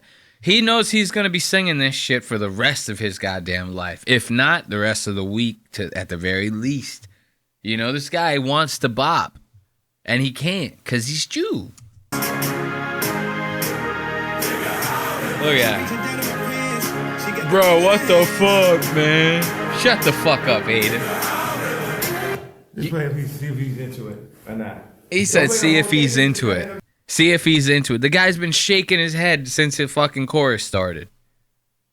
You had him in the first half, I'm not going to lie. You had him in the first half, I'm not going to lie. Look at this man. He's shell-shocked. He doesn't know. He doesn't know. He's over here like, God damn, dude. He reminds me of that Mr. Krabs meme where he's like all shook and shit like that people like to use where they're like, yo, I was spun out, dude. I had no idea what was even happening. Aiden Ross over there. He can't handle it, dude. He can't handle it. Look at him. Okay. First reaction. Well, look, bro. I think the beat is very good, and I don't think the lyrics are that well. But you know, the video itself, I don't really understand it. I think that Hitler, it's kind of like ironic, right? I feel like Hitler hates everyone that's not on what he's on with blue eyes, and that is German, right? So therefore, I don't think, you know, when you have, you know, black people in the video saying HH, Hail Hitler, you know, I don't really understand that. It's kind of like mockery, you know? It's like mockery, I mean. Excuse me. Aiden thinks he ate with that one. Aiden really thinks he ate with that one. Look at him. Over here looking off to the side, he goes, yo, I just spoke for an entire generation of kids, man. I just taught every single kid in my generation not to be racist, bro. I'm the fucking shit. This is Aiden. Aiden Ross, our hero. He's asking the real questions. He goes, yo, Kanye, I feel like Hitler, he didn't fuck with everybody who wasn't on what he was on. You know, that's the way to explain it. That sounds real scholar-like when you say it like that. When like Kanye's gonna hear that and go, you know what, dog? Since you coming off that way, yeah, I think maybe we should scrap the whole song, man. I spent what $200,000 on a video shoot. I spent at least $20,000 on the studio time. Then I had to pay all my agent and the artists that helped with the beat. And then all the time I invested in it, you know. We'll scrap the whole thing, man. Aiden, you right. You know, I'm soaking in what you're saying. This is, you know. Hello? He's thinking. Yeah, no, I'm thinking because it's just, it's funny just to say it because you're told so much for your entire life, yo, this is something you can't say. It like parallels with like the Cousin record. Like, oh, yo, you can't say, tell your cousin, no, tell nobody type of lyrics and shit. And it becomes more about that, or the KKK outfit. It's more about this idea of being told that you can't do something than it is about what it's specifically saying, because there's a lot of black people that have no connection to Hitler or not Hitler, you know. And another thing, well, okay, I'll leave it at that, so I won't take you on a rant. What's your thoughts about that? I love that. I mean, everything I said about the guy is like true. You know what I mean? He's sitting there. He's doing this just because people are look, I'm sitting there looking at the other camera. He's doing this just because people are saying that you can't. That's his whole thing. He's like you know how like when a cat is sitting on like your table and you might have like a glass or something sitting towards the edge of the table, and your cat starts like, you know, moving it more and more to the edge, and you're sitting there, you're even getting loud, you're borderline yelling at the cat. Like, hey, dumbass, leave it alone, you're gonna knock it off the edge. But you're all the way across the other side of the room, you're not gonna make it in time. What does the cat do? The cat knows. The cat can pick up on your body language, your tone. The cat knows that you're telling it it's doing something wrong and knocks it off the edge anyway. Why? Because you can't tame the cat. The cat is always going to be the cat. Yeah, it's a domesticated animal, but it's still an animal. And that's what Kanye is. He goes, man, I'm going to say that shit, whether it's in my private life or not. And luckily enough, I'm famous enough to where I could get away with it, bitch. So you might as well fucking deal with it. So let's give it up for Kanye West. You know, debuting his song on Sneako's stream to Mr. Aiden Ross. And then go back and watch that yourself. Afterwards, he tries to go to another streamer, and then eventually goes to DJ Academic. Every single one of them, just like he told Aiden, he goes, I want you to premiere it on your stream exclusive. You're going to be the only one who has it, I swear. You know, it's like, what the fuck? It's like, he's just lying to everybody. Like, it's fucking hilarious. So, let's play some music and just have a couple puffs, you know, before we end up getting into Dave Portnoy. You know, actually, we're going to split it up. We're going to go into Mike Malak and Logan Paul interviewing Tom Brady on Impulsion. But I wanted to have a couple puffs with you know what I mean? Listen to a little bit of tunes, you know? And also thank you for joining us on this week's episode of Lost Stocks Media. As always, you can stay up to date with all things Lost Stocks. Follow us on all of our socials or support the show by buying merch over at www.lostaux.media. That's lostaux.media. For now, let's enjoy this tune, enjoy some smokes, and then we'll get into our next segment here on Lost Stocks Media. If I could make sense somehow, I can do better than they all have. Promise that you'd never think to look back. I don't wanna be myself. All you want is someone else. I'm steady, and I know the things I feel like they're my own. My wounds are sewn and ready to be more than just the me that I have known. To show I've grown, I could be the one that you look for. Show yourself. If I could make sense somehow, I can do better than they all have. Promise that you'd never think to look back. I don't wanna be myself. All you want is someone else. I can make everything better if you let me. I can make the both of us a little less lonely. I can be everything you need. I'd fight for you, I'd go to war. I just need to know where you're hiding out. If only I could find a way to ease my doubt. Don't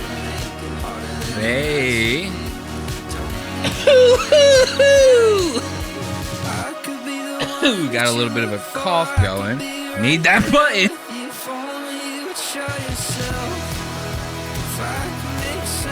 Oh, God. Wasn't expecting that one, Ethan Klein.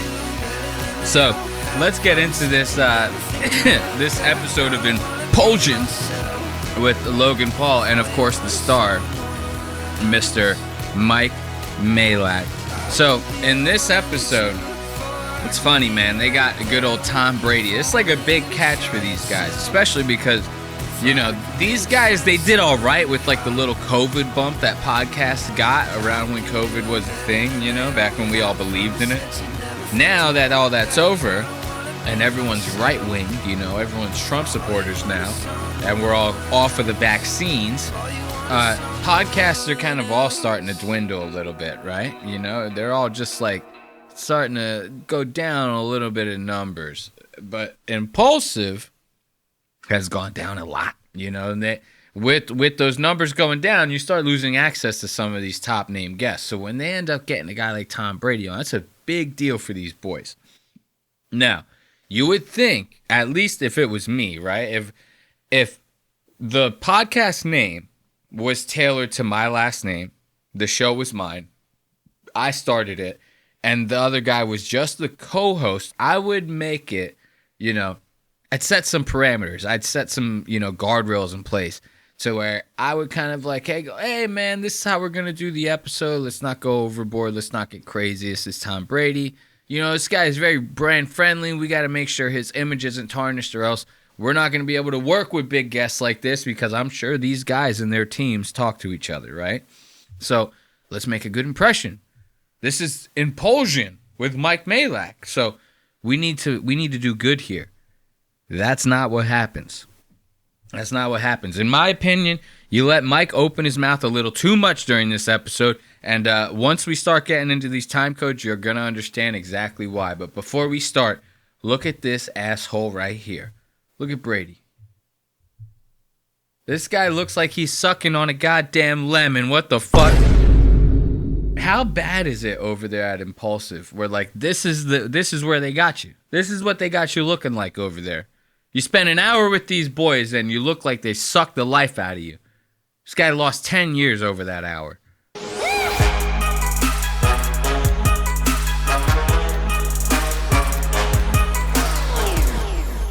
I went out late last night. I got yeah. See, this is now. And then I gotta travel this week, and there's only so much you can do, you know. Like I try to get up at 5:30 and like get going, you know, and I come home at 3 or 4. I was gonna ask about that because my social battery as well is just horrible. Yeah, I don't really have it. Look at Mike over there. I want you to pay attention to Mike, because this is his fucking show now. I'm telling you, whether you like to think it or not, this is his show. This guy is taking over. Impulsion with Mike Majlik and Logan who? Exactly. Pay attention to him. It's over here, Mr. Rico Suave, first of all, smiling his balls off as if he's the one who made this all possible. And then when you watch him, the way he carries himself, the way he talks during this entire interview, the questions that he asks and how he asks them. This guy like thinks he's like fucking Mr. Dealmaker over here. Like he really thinks that he sounds like the smartest, most well put together, most fucking I'm businessman 101. Like everything he says, this whole interview, it sounds like he's trying to sell Tom Brady something. It literally sounds like he's about to ask him a question and then pull a product out and go, "What do you think about this?" The whole time. Actually, now yours is depleting fast. Well, I'm a dad now, dude. Like, are you really? 7-month-old daughter, like yeah. Congratulations. Thanks, man. Thanks. Yeah, it's awesome. Daughters are the best until they're 12. I can't wait. Can't wait, brother. And then there's a dip for about 6 years. Tom's like, daughters are the best until they're 12, and then they try to fucking hook up with you, man. My daughter's a fucking whore. These are on? You don't have to. You can do whichever one you want. We use them just to be more professional. You guys be professional. We could take up micro cues from each other. Like if he goes, then I know he's about to say something. I'll just read your body language. Yeah, that works. See, that's what I'm talking about right there. Mike is just making stuff. They've never talked about that once, ever. Never. And that's not even what the headphones are for. You know why I wear them? So I can hear the fucking audio coming from the computer, so I can hear the audio coming from the audio mixer, and then I can make sure my levels are right. Like, you can talk into a microphone and it can record, right? But you're not going to hear if, like, the microphone is clipping or if it's too loud or if it's too low. If you don't have a producer to do that job for you, then, like, you have the headphones on so that you can hear your own voice, so that you know what it sounds like while it's being recorded. This is something that, you know, once your etiquette is good enough with the microphone, you can start to get around that. I unfortunately am locked in. Well, actually, I shouldn't say unfortunately. I prefer it this way. I like to be able to, you know, hear this audio, you know, hear the music. You can't do that. I don't want to get feedback. What are we doing here? You know? So he just goes and makes some bullshit up because it's Tom Brady. He goes, oh, yeah, man. And when Logan takes a little breath and goes like, meow, then I know it's like a social cue, right? That he's about to say something. So then I shut the fuck up and then I don't say nothing. And then while he's in the middle of talking, that's when I interrupt him. Damn, dude. He's gonna beat us at it. He's like, I don't even need to hear the micro stuff. He's like, I just pick it up off Dude, site. I can't believe it. I thought this was a joke. Yeah. Michael Rubin was like, yeah, dude, I got you Tom Brady for the podcast. I was like, no, you didn't. No way. Threw us in the group chat. I'm like, oh my God, dude. So we're in a group chat now with Michael Rubin. That's awesome. Well, we got it worked out. Yeah, thanks for joining us, man. You guys are in my home state. You're like 200 yards from my house. This is like couldn't get any better. Oh, no way. Try to make things convenient for you, Tom. Thank you. You did. Why can't everybody do it like that? Actually, I'm putting in formal requests going forward. Everyone needs to be this convenient, or else I'm not doing it. We did want to make it as easy as possible for you. You did. Yeah. I could have swam across from my house right there. Actually. Hey. Nice. Yeah. Literally, I could have swam. You can throw 2 rocks. That's insane. Rocks. Yeah, he probably could throw a rock and do it. I don't know about me. You probably could. Nah, my arm, you'd be surprised. My coach in high school said I was the most unathletic kid he's ever coached. Really? Why? Is that a compliment? Yeah. If you're the most athletic. Some sports I just look. Okay, Logan, shut the fuck up. We don't give a fuck about that. And look, that's supposed to be the intro, right? They don't even introduce Tom Brady. It's like you have the biggest. This guy is like a quarterback legend.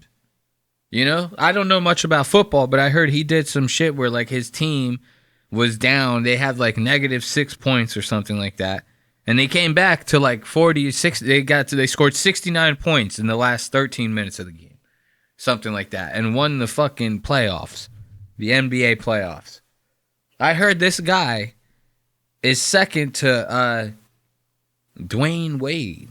Is the only other person who's thrown as many passing yards as he has. 49 Love, you know what I mean? So like this guy is the biggest sports star probably ever, and you don't even introduce him? Nobody even knows who he is. Anyone listening at home? Really kind of like clunky out there. Oh. The throwing specifically? Yeah. It's interesting because I always... Now, listen to this, because I don't have time to listen to them go, oh man, I'm the most athletic person. We need to get to Mike and his dumbass questions, right? Again, I can't stress enough how big of a catch this is for them. You even heard Logan just say it now. He goes, I couldn't even believe it, bro. When my producer told me you were coming, I nearly pinched myself and sucked his dick because I was so happy that you were coming here. And then we made it as convenient as possible, and we rented an Airbnb that's literally in your backyard. So how's it going? We ain't going to introduce you. Fuck off. Mike, ask him a question. I'm not making statements. He barely walk up. Oh, yeah, I was sports. Tell you what he did. Heroin. Heroin. It felt like it it was. I don't sometimes, play and that guess sport. what? I was the GOAT of that sport. Okay? No, well then you're And still I've here. been- You should be thankful. I am very thankful. Tom, can I ask you a question? Look, before we get to this stupid-ass question, this is going to be rich. But before we get to that, imagine that, dude. You have a chance to talk to Tom Brady, bro. And your buddy. Like, remember I told you guys, this is Mike's show now. Like, look at this guy. This is his show. It's like, who is this other guy that's even sitting over here next to him on the couch? This is a nobody now. And Logan is starting to sense it, right? So what is Logan going to do? What does a guy like Logan do in a situation like this where they start to see that somebody in the room is starting to outshine them? You knock him down a peg naturally, right? Especially in front of a guy like Tom Brady. Fuck knocking him down a peg. you throw him off the entire cliff, right? So Logan, as a joke, he fucking goes to Tom Brady and goes, yo, this guy's a fucking heroin addict. Is that a sport? It felt like it sometimes, I don't play and that guess sport. what? I was the GOAT of that sport. Okay? No, well then you're And still I've here. been- You should be thankful. I am very thankful. Tom, can I ask you a question not related to sports? No, I don't do it. Look, what was that? You saw Logan? Logan is truly a psychopath. Look, he realizes, he goes, man, I was being a huge asshole right there. And then he goes, I gotta wipe that expression off my face. And like an actual lunatic, he wipes the expression off of his face. All caught on camera, mind you. This is actual sociopath behavior. I am very Watch thankful. Tom, can I ask you a question? Look at him. Not related to sports. No, I don't do heroin. That's good. And no one else out there should do it either, for the record. Yeah. Do you ever So feel like bad. all of this is just a social construct to distract us from the fact that we live on a spinning rock hurtling through space with no destination in mind? Hey, yo, what the fuck? Tom Brady over here like, bro, what? He's like, I'm fucking Tom Brady. He's like, all I think about is being the best that ever was. You know? Like, this is the type of shit that I'm talking about. Is this fucking Mike Malak guy, he'll sit there and he does this shit because he thinks he's like being like, he goes, oh man, I bet you Tom Brady's never even been asked a question like this in an interview. Like, I'm gonna totally catch him off guard with this. And like, he's gonna think that I'm like a real unique type person. He's probably gonna end up inviting me on his team. And we might end up doing some business deals together. Like, that's what Mike has in his head when he says this stupid shit to Tom Brady. No, I don't do heroin. That's good. And no one else out there should do it either. for the Listen to record. this asshole. Do you ever So feel like bad. all of this is just a social construct to distract us from the fact that we live on a spinning rock hurtling through space with no destination in mind? He's like, I rehearsed that like 17 times before you came over here, Tom, so I hope you like the delivery.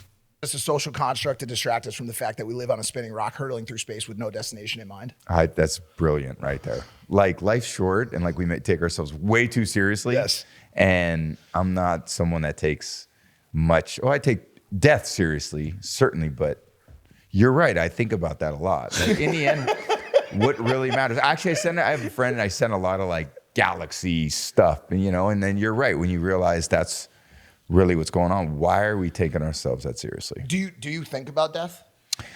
I think. See, Mike is such a fucking idiot. Tom Brady's media trained, bro. You see how he danced his way around that dude? This guy was like, Catherine Zeta-Jones, she dips beneath lasers, oh. You know, in Entrapment, she's doing all that stuff with the lasers. That's basically what Tom did when he answered that dumbass question. Say, like, Mike really thought he was gonna like get something. Tom's like, dude, how can I answer this without answering it, but not coming off like an asshole? Because I think it's probably the dumbest question anyone's ever asked me in an interview ever. Like, that's dumb as fuck. And then watch, here we go. Mike's about to strike again. Dude, this guy already swung and missed. Mr. Brady danced around that question. You didn't even see it coming. You didn't even see it. That's how good Tom Brady is. That's how good Tom Brady is. Even when you think you got him, where your stupid ass figure eight of a question, he still gets out of it. And then he's going to do him again like this.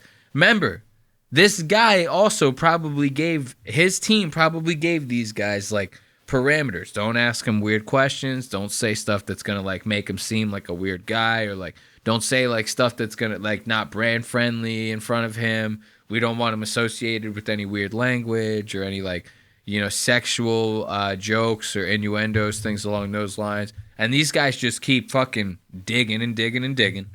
People are dedicating their time. They could do anything to watch you, to pay attention to what you're doing. And they chose you. So like, what responsibility do you have to those people who chose you when they're right? They're working 2 jobs, working construction, working in supermarkets. They got a little bit of free time. They come home and they put you on. Like, that's a great responsibility. See, it's funny because I feel like what you just said right there, this responsibility to the public, not every person in the spotlight feels that. And that is something that I feel like probably comes from your upbringing, and from the teaching from your parents. Yeah. And so like the way you explained it, I believe is correct. It's an amalgamation of all of these different things. Talent or hard work, out of the two of them, which one is a more important ingredient to the type of success that you've seen? So he goes, it's an amalgamation, bro. He goes, yo, man, my vocabulary in front of Tom Brady is so fucking on fleek right now, dude. Logan is sitting over there. He doesn't even know what to say because he's so fucking stupid. I love it. And Tom Brady's over here like, he said, amalga what? He goes, what was that? I don't even know what the fuck this guy just. Tom Brady's like, I'm just a quiet boy from Ohio or something like that. Some town in a place that's small. That's where I'm from. I was drafted 199 in the draft when I joined the NFL. You know, and like and I'm telling you, it just gets dumber. It just gets fucking dumber. Just listen. Hard work, 100%. And I have real life examples, not just in sports, but in business. I mean, I know a lot of guys that aren't Harvard MBAs. I have a couple friends, my friend Michael Rubin at Fanatics. It's like, and I love Michael. My friend Mike Rapoli at Noble. He's like, all the Harvard guys work for me. He goes, I was a 2.2 GPA. You know, I got all these Harvard guys working. And look, I'm not disparaging to Harvard at all. That's a great school. I could never got in there. The closest I got was a charity football game playing on like the field with, for best buddies. But it was like, these guys are just, they got all the traits. And I think the ones that are really sustainable. Because even in sports, you have, in order to be your best, you need to maximize your physical, your mental, and your emotional. And we're talking about physical, you're talking about talent, which is great, and that's a great bar to set. You need to have the height, Mike the weight, will the cut speed, this guy the off ability, very, very the shortly. physical ability. But then you need, to me, the ability to learn, process information, taking lots of information to be able to apply it. Take what you're learning from a meeting room out to a field. And then you need to bring a competitive stamina to practice every day to be your best. And I was talking with my friend earlier this week, and he was like, well, what separated you on the football field? And I was like, I think there was part of me that was a psychopath out there. Because I was... God damn, how long? Yo, did I get the wrong time code or something? What is happening? This guy, I didn't know that Tom Brady was going to talk for 35 fucking minutes. Let's just go to the next time code. I apologize for that one. What is happening here? The thing now, we let her win and just... I had to do that for a minute. Yeah. We shake hands and say friendly game. Yeah. Like it's what, actually? Yes, it's an Every obligation. time? Yeah, we have to. Let me do an intro here real quick. I never got to do it. Go ahead. Oh, shit. Now we're doing the intro. Remember I talked about that earlier? You got a big catch like Tom Brady. You still haven't done the intro yet? It's 26 and a half minutes that they've been recording. This guy goes, oh, man, let me get the intro, bro. Like, I haven't done it yet, bro. I've been drinking Prime this whole entire time, dude. I'm sorry. I had to do that for a minute. Yeah. We shake hands and say friendly game. Yeah. Like it's what, actually? Yes, it's an Every obligation. time? Yeah, we have to. Let me do an intro here real quick. I never got to do it. Go ahead. Ladies and gentlemen, it's the GOAT of GOATs, Tom Brady. What do you think about the timing on that intro? I normally do it at the beginning. Tom over there, that's all you have, man? He goes, we've been talking for 26 minutes. I'm over here trying to like promote my YouTube channel because I'm retired. I'm Tom Brady. And I've been here for 26 minutes. That's all the go-to-goats? You don't have none of my credits? What the fuck is this? And look at this. I will break that thumb. Fuck you. We got a good audience. Ask about the GOAT of GOATs. I mean, like... You're in a weird place because I think the perception is that you're the only definitive GOAT of a sport. Okay, like there's no conversation there. Now we've had Mahomes on the show before. Yeah, okay, he's amazing. Listen, we'll see what happens over the next several years. But when you look at basketball, see what I'm talking about when I say he thinks he's like a businessman. This is like what a salesman like when two businessmen are having like a lunch together. That's what they do. They go like, well, and when you think about what's going to happen in the third quarter and the prospective market over here. We'll see what's going to happen in the next couple of years with that sector. But when we move over here, this is where the real money is. This is where Tom Brady is. You're the GOAT. You're the GOAT of all GOATs. You're Tom Brady. You know what I mean? Like, this guy is a swindler. He's a liar. He's a con artist. He's a thief. Okay, like there's no conversation there. Now we've had Mahomes on the show before. Yeah, okay. he's amazing. We'll see what happens over the next several years. But when you look at basketball, you've got LeBron, you've got MJ, you've got Kobe. When you look at tennis, you've got these players. When you look at golf, you've got these players. Why is it that you are such a standout in football and there's no people are willing to put that title on you? So notice how this question has gone nowhere. He's literally not even like asked him like a proper question yet. And he realizes right here. He goes, holy shit, this is backfiring on me bad, dude. He's like, I really may have put my foot in my... It's like, I really don't even know what I'm trying to ask him right here, man. Like, watch him do this. Watch. He goes, why is it that everyone thinks that you're the greatest because you do... Well, wait, what? Like... Why is it that you are such a standout in football and there's no... People are willing to put that title on you so... confidently? So you're asking a question about why other people would do something to me. I think forget this question. Thank you. Right off the rip, bro. My man tripping. Oh my God. Even Tom saw it right away. He goes, so you're asking me a question about why other people would do something on my behalf. You're asking me why other people say that I'm the GOAT. So really, you should be asking them, right? Because your stupid fucking question makes zero sense. And right away, Mike goes, oh, yeah, man, let's just forget that one, bro. Like, I'm going to have to do, like, some real quick damage recovery here because, like, I'm a professional podcaster. It's what I do. It's the reason I'm a millionaire. So confidently. So you're asking a question about why other people would do something to me. I think forget this question. Thank you. I agree. Messi or Ronaldo? Messi or Ronaldo? Wow, that's hard. That's hard. It's another stupid fucking question. Too much. I like them both too much. Go F1 driver. Lewis. Yeah, it's gotta be. Greatest ever WWE wrestler. Hulk Hogan. See, why didn't you just start with that? Like those, the proper way to start that segment would have been like, hey man, I'm gonna fire off a couple of goats at you and you just tell me which one you like better, rather than trying to formulate this huge question to make yourself sound way smarter than what you are, bro. You're not like a businessman, bro. You're like a fucking loser that Logan literally scraped off of like a gym floor somewhere in LA. Like Logan literally pulled you out of like a trash can. And was like, man, I think I could turn this guy into a co-host that will constantly suck my dick. And it's basically what this guy's been doing his entire career. But no, he wanted to sound smart and instead made himself look like a total asshole in front of the GOAT of GOATs, Tom Brady. You know? Fuck Tom Brady. You know? Now listen, remember I told you guys how Tom is a very brand-friendly guy. So they shouldn't be like if you throw on Kanye West's new hit single Heil Hitler in the middle of this podcast, Tom Brady's walking off. He can't be associated with no shit like that. All of his sponsors would drop him. If this guy got caught listening to Kanye's newest hit single, HH, the one that's going to be stuck in everyone's heads, he gets caught listening to that, it's a fucking rap for this guy. You know, you can't say stuff like that around Tom, especially in like asking him a question or directly speaking to him in this enclosed of like a situation. You can't do it. But that doesn't stop Mr. Malak. Oh, no.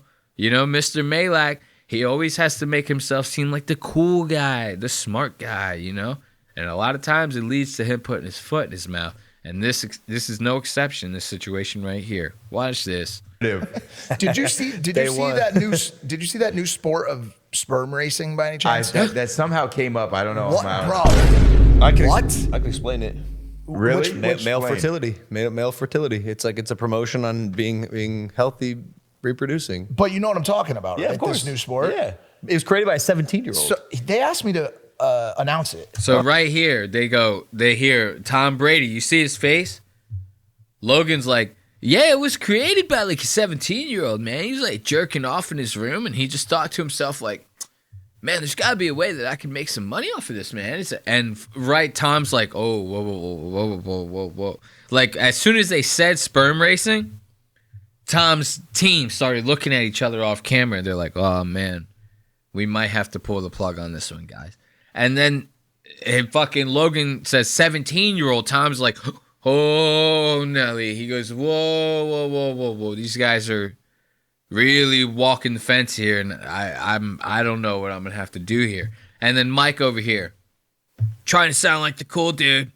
He's like, yeah, man, those guys organizing it, they asked me to, like, host it, dude, because I'm fucking awesome. Of course. This new sport. Yeah. It was created by a 17-year-old. So they asked me to announce it. Oh, no. They say compete. I was like, no way. No. My thing would go backwards. Actually, I don't even think it swims in circles. We did a competition We're working once. hard, but we're not going anywhere. No, it's Why not. are they going that way? Tom, they're How not do they even know where to working. go? No, We know. We tested them.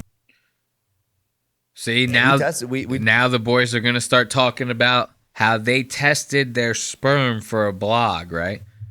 Now, this is exactly what if you're a guy like Tom Brady and you have all these different sponsors that are paying you like $200 million a year, whatever it is, this is exactly the type of stuff you want to talk about so that you can risk it all. We did a competition We're working once. hard, but we're not going anywhere. No, it's Why not. are they going that way? Tom, they're How do not they even know where to working. go? No, We know. We tested them. We did a vlog to see who was the most fertile. I was. Really? I got a 7-month-old. Yeah, but to prove it. Can I will say this. His work. You'd never seen sperms behave like this in your life. These things. Can I say this? I broke some of the rules. I broke some of the rules. I don't even want to know what the rules are. No, do not use spermicidal lube.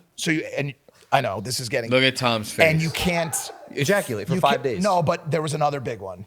You're not supposed to utilize another person. Bro, don't say utilize. That's crazy. You're not supposed to what? Hey, yo, what the fuck? This dude, look at this guy. This is what I'm trying to say. This is like high school shit that he's doing right here. He's trying to like sound cool in front of like another cool guy by going like, dude, I totally fucked a fucking girl, dude. I'm fucking awesome. Like Logan spit it out. He goes, yeah, the whole thing was just you can't ejaculate for 5 days. Like Logan literally said that. Totally fine, brand friendly. Coca-Cola would have been totally cool with it. And then Mike goes, no, but wait, there was another like really huge rule. And Logan's like, I mean, that was pretty much it. You're just like not supposed to jerk off or like just ejaculate for 5 days. Mike goes, no, man, we're not supposed to like utilize women to produce the sperm sample, dude. We're not supposed. Logan right away is like, why are you saying it like that? Like, that's fucking weird, bro. And Tom Brady, look, as soon as he goes, no, wait, there's another big rule. Tom's like, what the fuck is going to happen here? I don't know what the rules are. No, do not use spermicidal lube. I know this is getting, and you can't ejaculate for 5 days. No, but there was another big one. You're not supposed to utilize another person. Bro, don't say utilize. That's crazy. You're not supposed to collaborate with another human. You're not supposed to collaborate. That's what Mike is doing now. Remember that, guys. When he's in his spare time, Mike is collaborating with OF models. He's collaborating with porn stars. Mike always likes himself a good old collaboration. This guy is a dude.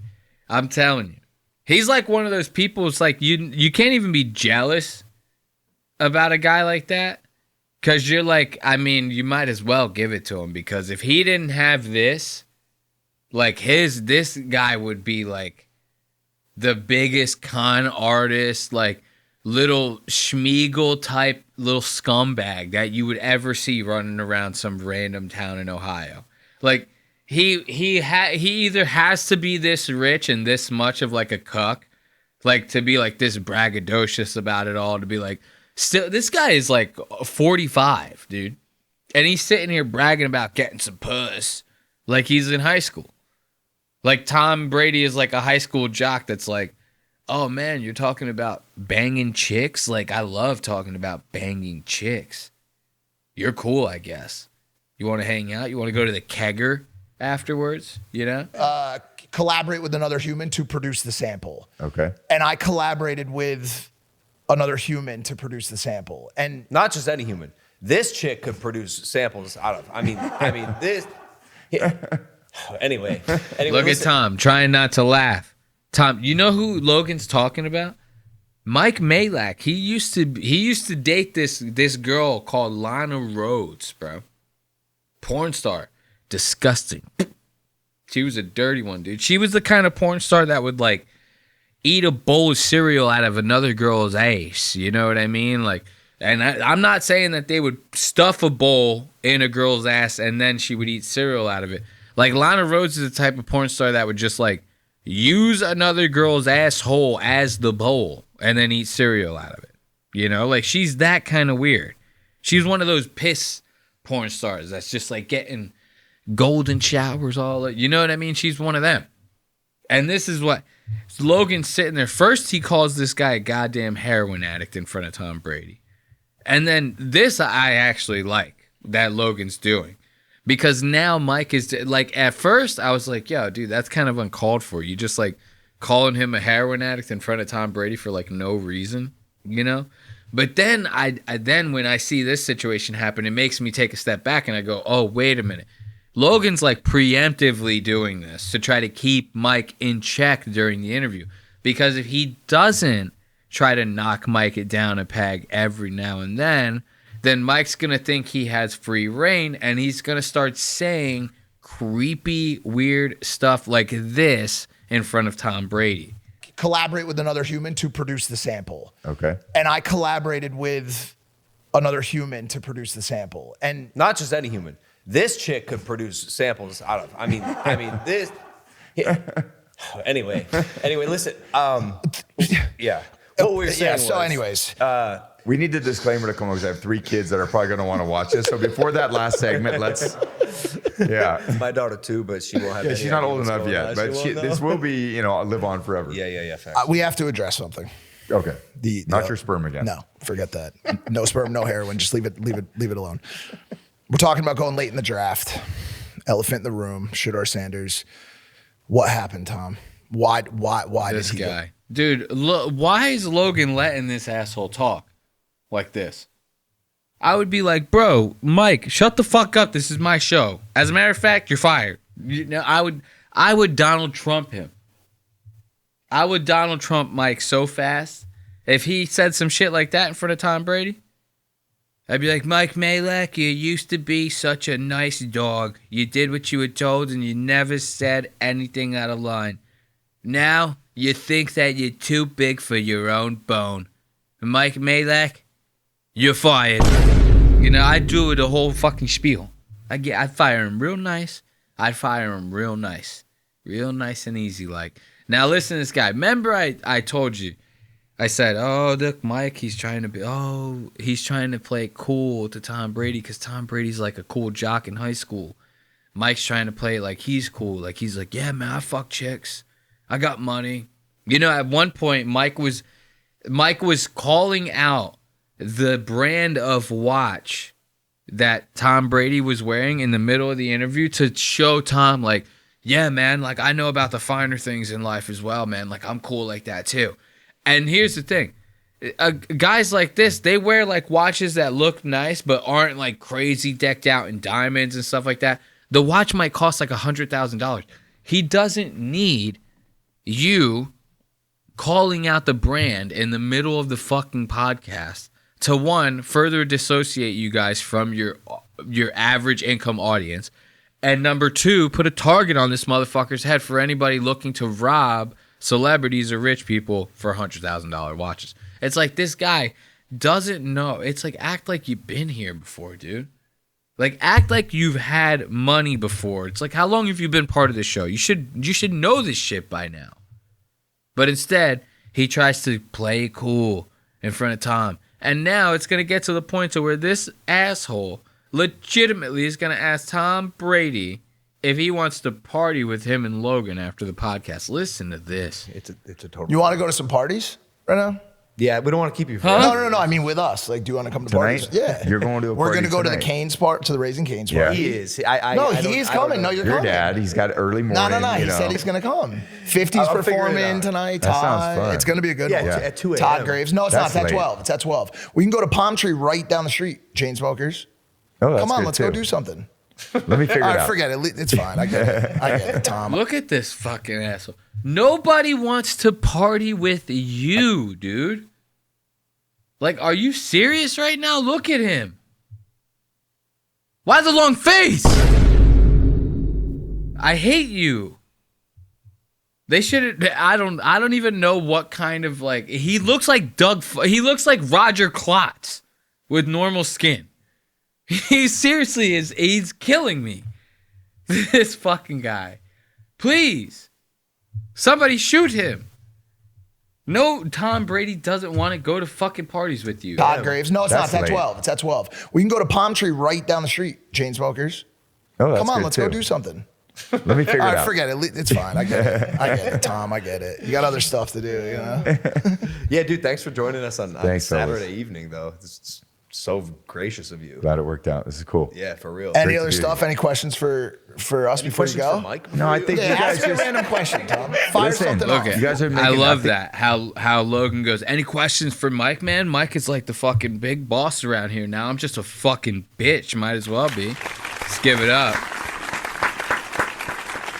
for good old Logan Paul as a co-host of the Impulsion podcast with Mike Malak. And give it up for Tom Brady for putting up with all that bullshit. What do we got next, dude? We're about to jump into Dave Portnoy, fighting crime and fighting anti-Semitism like the good old boy that he is. So, like I had mentioned earlier, the whole situation with Dave Portnoy. Emergency press He's, conference. yeah, shut the fuck up, Dave. Let me get my pre-context in before we jump into all that, buddy. So, like I had talked to you earlier about Dave Portnoy. He has these bars, the Barstool bars, you know what I mean? And like I said, he's a server. I don't know what the deal is over there. You get a sign, and maybe they bring the sign to your table as a way to identify your table, or maybe it's just supposed to be like some sort of fun shtick that the bar has that just makes it more interactive for the customer or something. I don't really know. But apparently, one of the stipulations of the sign is that like the customer can write a phrase on it, and I'm sure they have some sort of maybe there's like a threshold to what you can put on those signs. I'm sure you couldn't put like the N-word on it and the server's going to be cool with like putting that on your table. It's like a family place, there's probably kids in there, stuff like that. Well, somehow 2 kids went in that place and got the server to give them a sign that said, "Fuck the Jews," right? And Dave heard about this. Naturally, as a business owner, you fire any servers or employees that were involved in that lapse of judgment, if you will. And then you move on with yourself. Like if you have a platform like Dave does, maybe you mention it as a form of raising awareness, and then you keep doing rich stuff in Nantucket, like betting on horse races and owning stables, like Dave Portnoy does. But Dave doesn't handle it that way this time. He actually makes it like his personal mission to try to find who these kids are and put them in lights, as he says it. He says, "I'm going to fucking blast these kids. I'm going to put them in lights. These kids deserve nothing but to be put in lights. I'm so mad." Listen to him. I've never heard Dave Portnoy this angry. He is actually so pissed off over this sign. And I think he's more or less mad about the fact that people are like bringing it up to him. It's kind of like when a black guy hears anyone who's not black say the N-word, even with a soft day, and every other black dude or person for that matter, any other black person, is going to look at them and go like, "Hey, ain't you going to do something about that? Like, you just going to let that slide? That's cool with you? Yeah? You just going to let that one go?" And then next thing you know, you have an altercation on your hands. I feel like that's kind of what's going on here. is that like as soon as it happened and it was posted on social media, because the kids that did it posted it on social media. So now everyone's taking that and bringing it back to Dave and stirring the pot with Dave. Feel like if he just kind of like heard about this or like saw it on his own, he'd be mad about it. But I don't think he'd be this upset. This guy's really riled up. Listen to this. All right, emergency press conference time. So I'm getting ready to go to the Met Gala. And all of a sudden, my phone, the last hour or two, my phone's fucking blowing up. Our bar in Philadelphia, Barstool Sampson Street, usually a great fucking bar. You know, bottle service, people buy drinks. You get a sign. There was a sign yesterday that said, Bottle "Fuck the service, people buy drinks. You know, you get your cold coffee. You ever see that video, that old viral video? The Dunkin' Donuts that burned down in Shamokin. It was like Shamokin, Wisconsin or something like that. And everybody's like, yeah, man, we're kind of upset that the Dunkin' Donuts, they say donuts over that part of the country. They go, man, we used to love Dunkin' Donuts and the donuts, and everybody used to get the coffee. And the one girl's like, yeah, everybody goes there. They get the donuts and they get the cold coffee. The way she says it, she goes, cold coffee, because she doesn't know how to say iced coffee. And that's what Dave's doing right here. He goes, yeah, I got it. And the cold coffee. Usually a great fucking bar. You know, bottle service, people buy drinks. Cold coffee. You get a sign. There was a sign yesterday that said, fuck the Jews. I've been shaking. I've been so fucking mad for the last 2 hours. Like, I instantly got on. This is why the emergency press conference was late, because I was so over the top. It's like, I'm going to fucking make it my life fucking mission to ruin these people. Like, I'm coming to your throat. I'm never ending. And I just sat, and for the last 2 hours, I have been on the trail. Trust me, I've been on the trail. You think I'm going to put up with this shit at my bar? So I've been hunting down waitresses, the table who did it, and everything you can fucking name, because I want fucking consequences for fucking actions. So I'm not just sitting back like, oh, what are you gonna know? Trust me, I have been on it. I believe the 2 waitresses responsible for the table already fired. I talked to one of them, one of the dumbest fucking humans I've ever talked to in my life. Listen to this. Listen to his reason for why she's the dumbest person he's ever talked to in his life. This guy is an asshole. Listen to this. Like, she's at a fucking dance recital. She's like, can I call you back in 20? No fucking honey, you fucking can't. This is your one chance to talk to me. Imagine that. Imagine if your boss, not even your boss, like not even actually your boss, the owner of the entire company that you work for. I get it, it's a big deal that they're calling you, right? They're probably so busy. This guy is so busy. He's too busy rug pulling the fuck out of people on meme coins and shit, right? So, you know, God knows this rich asshole is busy as hell. So the fact that he's calling you is a gift. Don't forget it.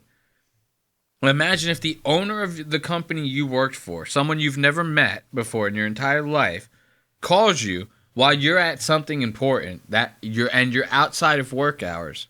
And they treat it as if you have to fucking bend over backwards to talk to them. I would have told him to fuck off. I would have been like, yeah, I'll talk to you when I come back to work on Monday, dude. I don't give a fuck. It's Saturday. As far as I'm concerned, you don't even exist. What are you talking about? No fucking honey, you fucking can't. This is your one chance to talk to me. Idiot, total idiot, this girl. I've talked to the guy Mike Wade who's tagged. Guess what? He wasn't even fucking there. I had this kid basically in tears turning state witness to me, rolling on the people who were there. I've talked to one of the 2 guys who fucking did it. He's like, I'm not anti-Semitic. He's basically crying to me. And I'm just like, I don't fucking buy it for a second. Who the fuck would do that sign in my fucking bar? You think I'm just... Imagine getting like an angry voicemail from Dave Portnoy. He's like, hey, I'm Dave Portnoy. I'm calling because the pizza here sucks. And you left a fucking anti-Semitic sign at my bar. And I'm pissed about it. Yeah. I'm just gonna... Now, listen to him at the end. Listen to how passionate he is about this. Listen. Saying is I'm getting the names. I'm trying to be a little responsible. I'm trying to keep it together. But I'm on it. I'm fucking on it. He sound like he's about to cry right there. I never heard my man Portney act like such a bitch. Listen, give it up. Give it up for Dave. Now, that was just the first season. That was only the first season, you know? After, I think it was like a day, maybe not even a day, maybe even a couple hours later, this guy had already dropped season 2 of The Bar, you know? So let's check out this one. This shit had me, oh no, hold up. Somehow we ended up at that one again. Let's go to this one. Hey, why does it keep bringing me? So I'm getting ready to go to the Met Excuse Gala. me. Why does it keep bringing me to this one? Nah, I want to go to the one where he tells, I'm trying to show you guys. He's about to, in the next fucking video, he's like, you know what? I'm not even mad at the boys. I'm sending them to fucking Auschwitz.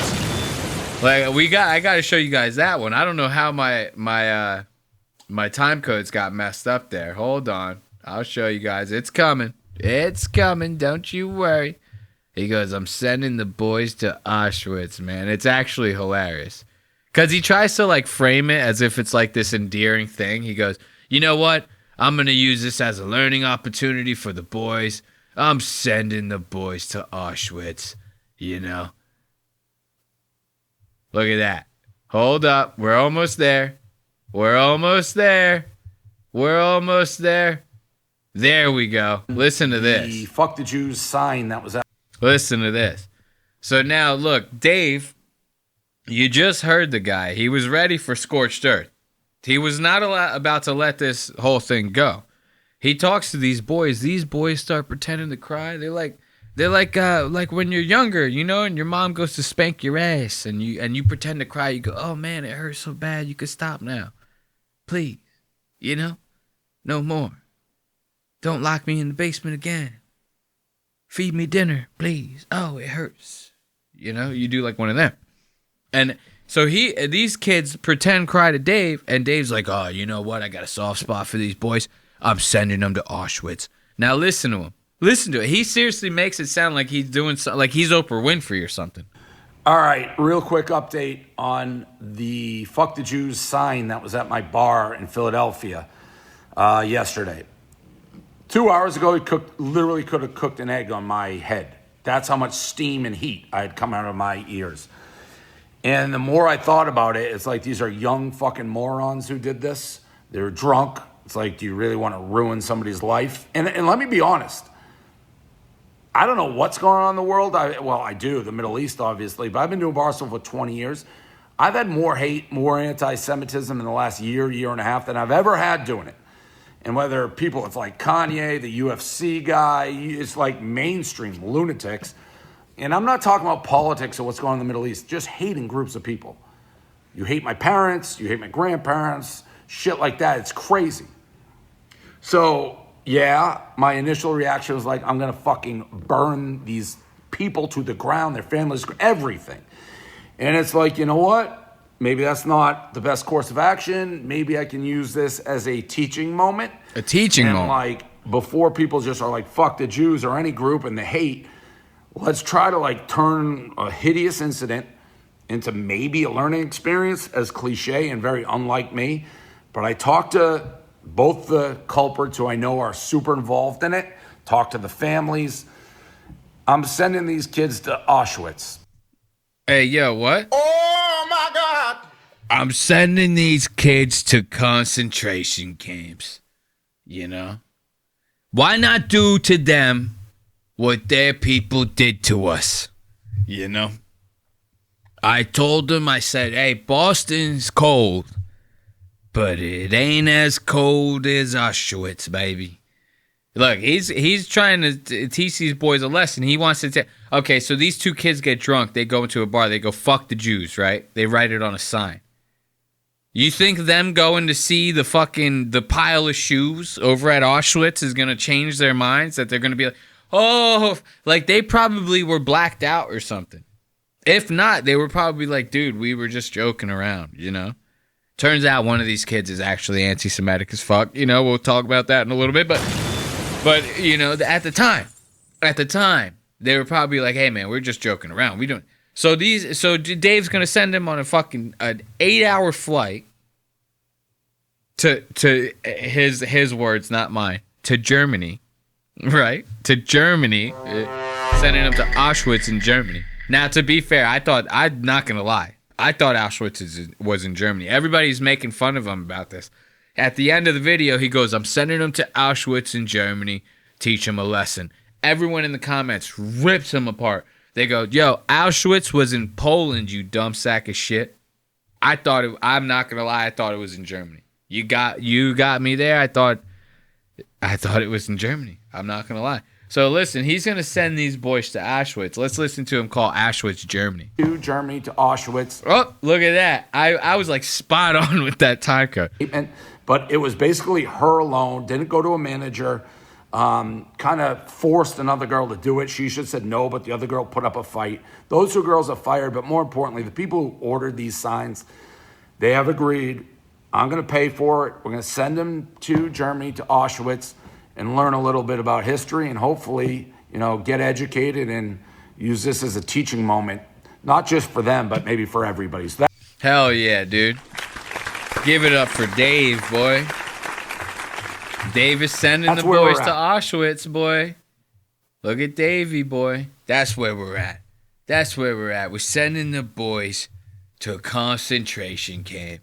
So, like I said, if you're looking for a trip on a little rocket ship, blasting through the sky to Auschwitz, where high. So, Auschwitz. If your destination is Auschwitz, talk to my man Portney over here, dude. He'll set you up real nice. Now, watch this. All of this stuff transpired over like the course of like 2 days, maybe even 3. Maybe not even that. I might even have that timeline fucked up. It might have been even faster than that. So it was like we went from he was pissed as hell to like a couple hours to less than a day later. He goes, "You know what? The boys are all right. I like them. They apologize. Their parents are pretty nice people. I'm sending them to Auschwitz." Like he's Donald Trump or something. Now, this next video, he goes, "You know what? The boys are not going to Auschwitz." He finds out one of the boys is like an actual anti-Semite or something like that. Like the kid's racist. And he's like, "Yeah, I'm not sending him." All right. Another update from the sign situation at Barstool Sampson Street, which I am so sick of dealing with, but obviously got to deal with. Stop posting about it. Last time I'm like, I thought about it. I'm going to send the 2 people responsible to Poland, to Auschwitz concentration camps, and try to make it a teaching lesson. I talked to both of them on the phone. Both of them took accountability. Both of them were like, "Yeah, we did this. And we're willing to go and try to learn."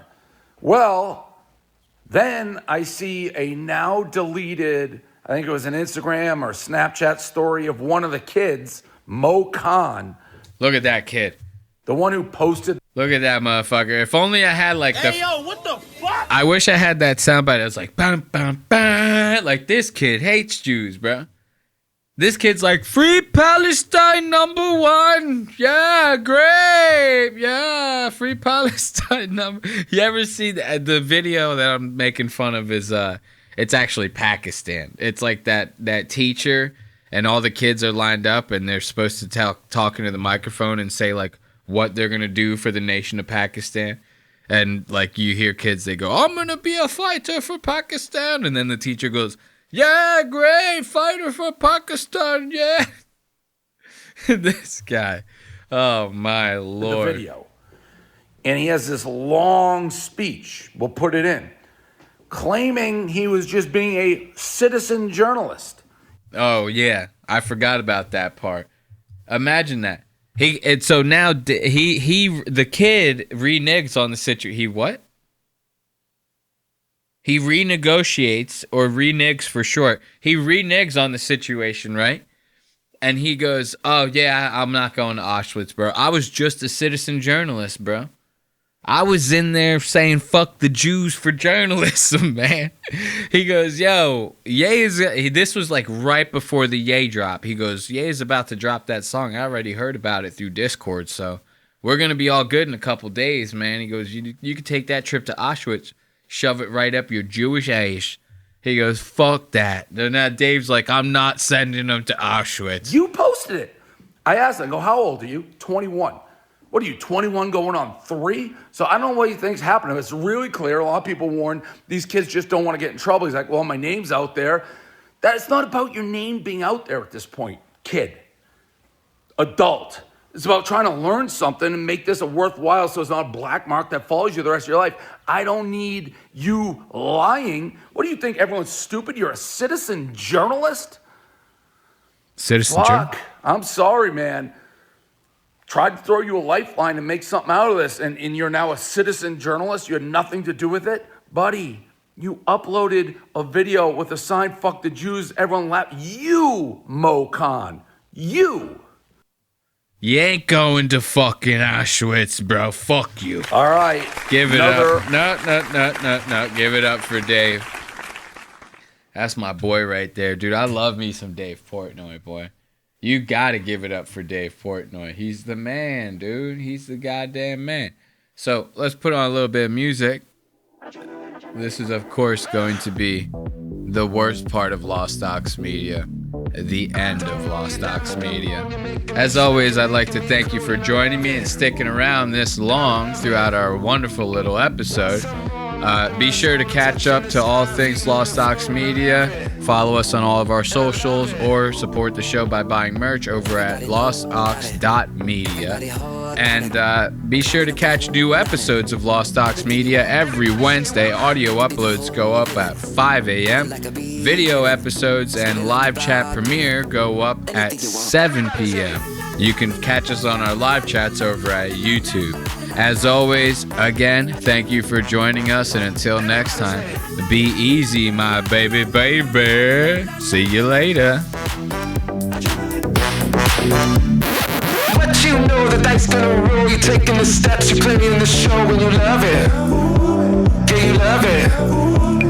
Superfly, you're breaking the mold. They don't want the gas, they don't want the smoke, but they love it. Yeah, they love it. Everybody know about it. Everybody hard down it.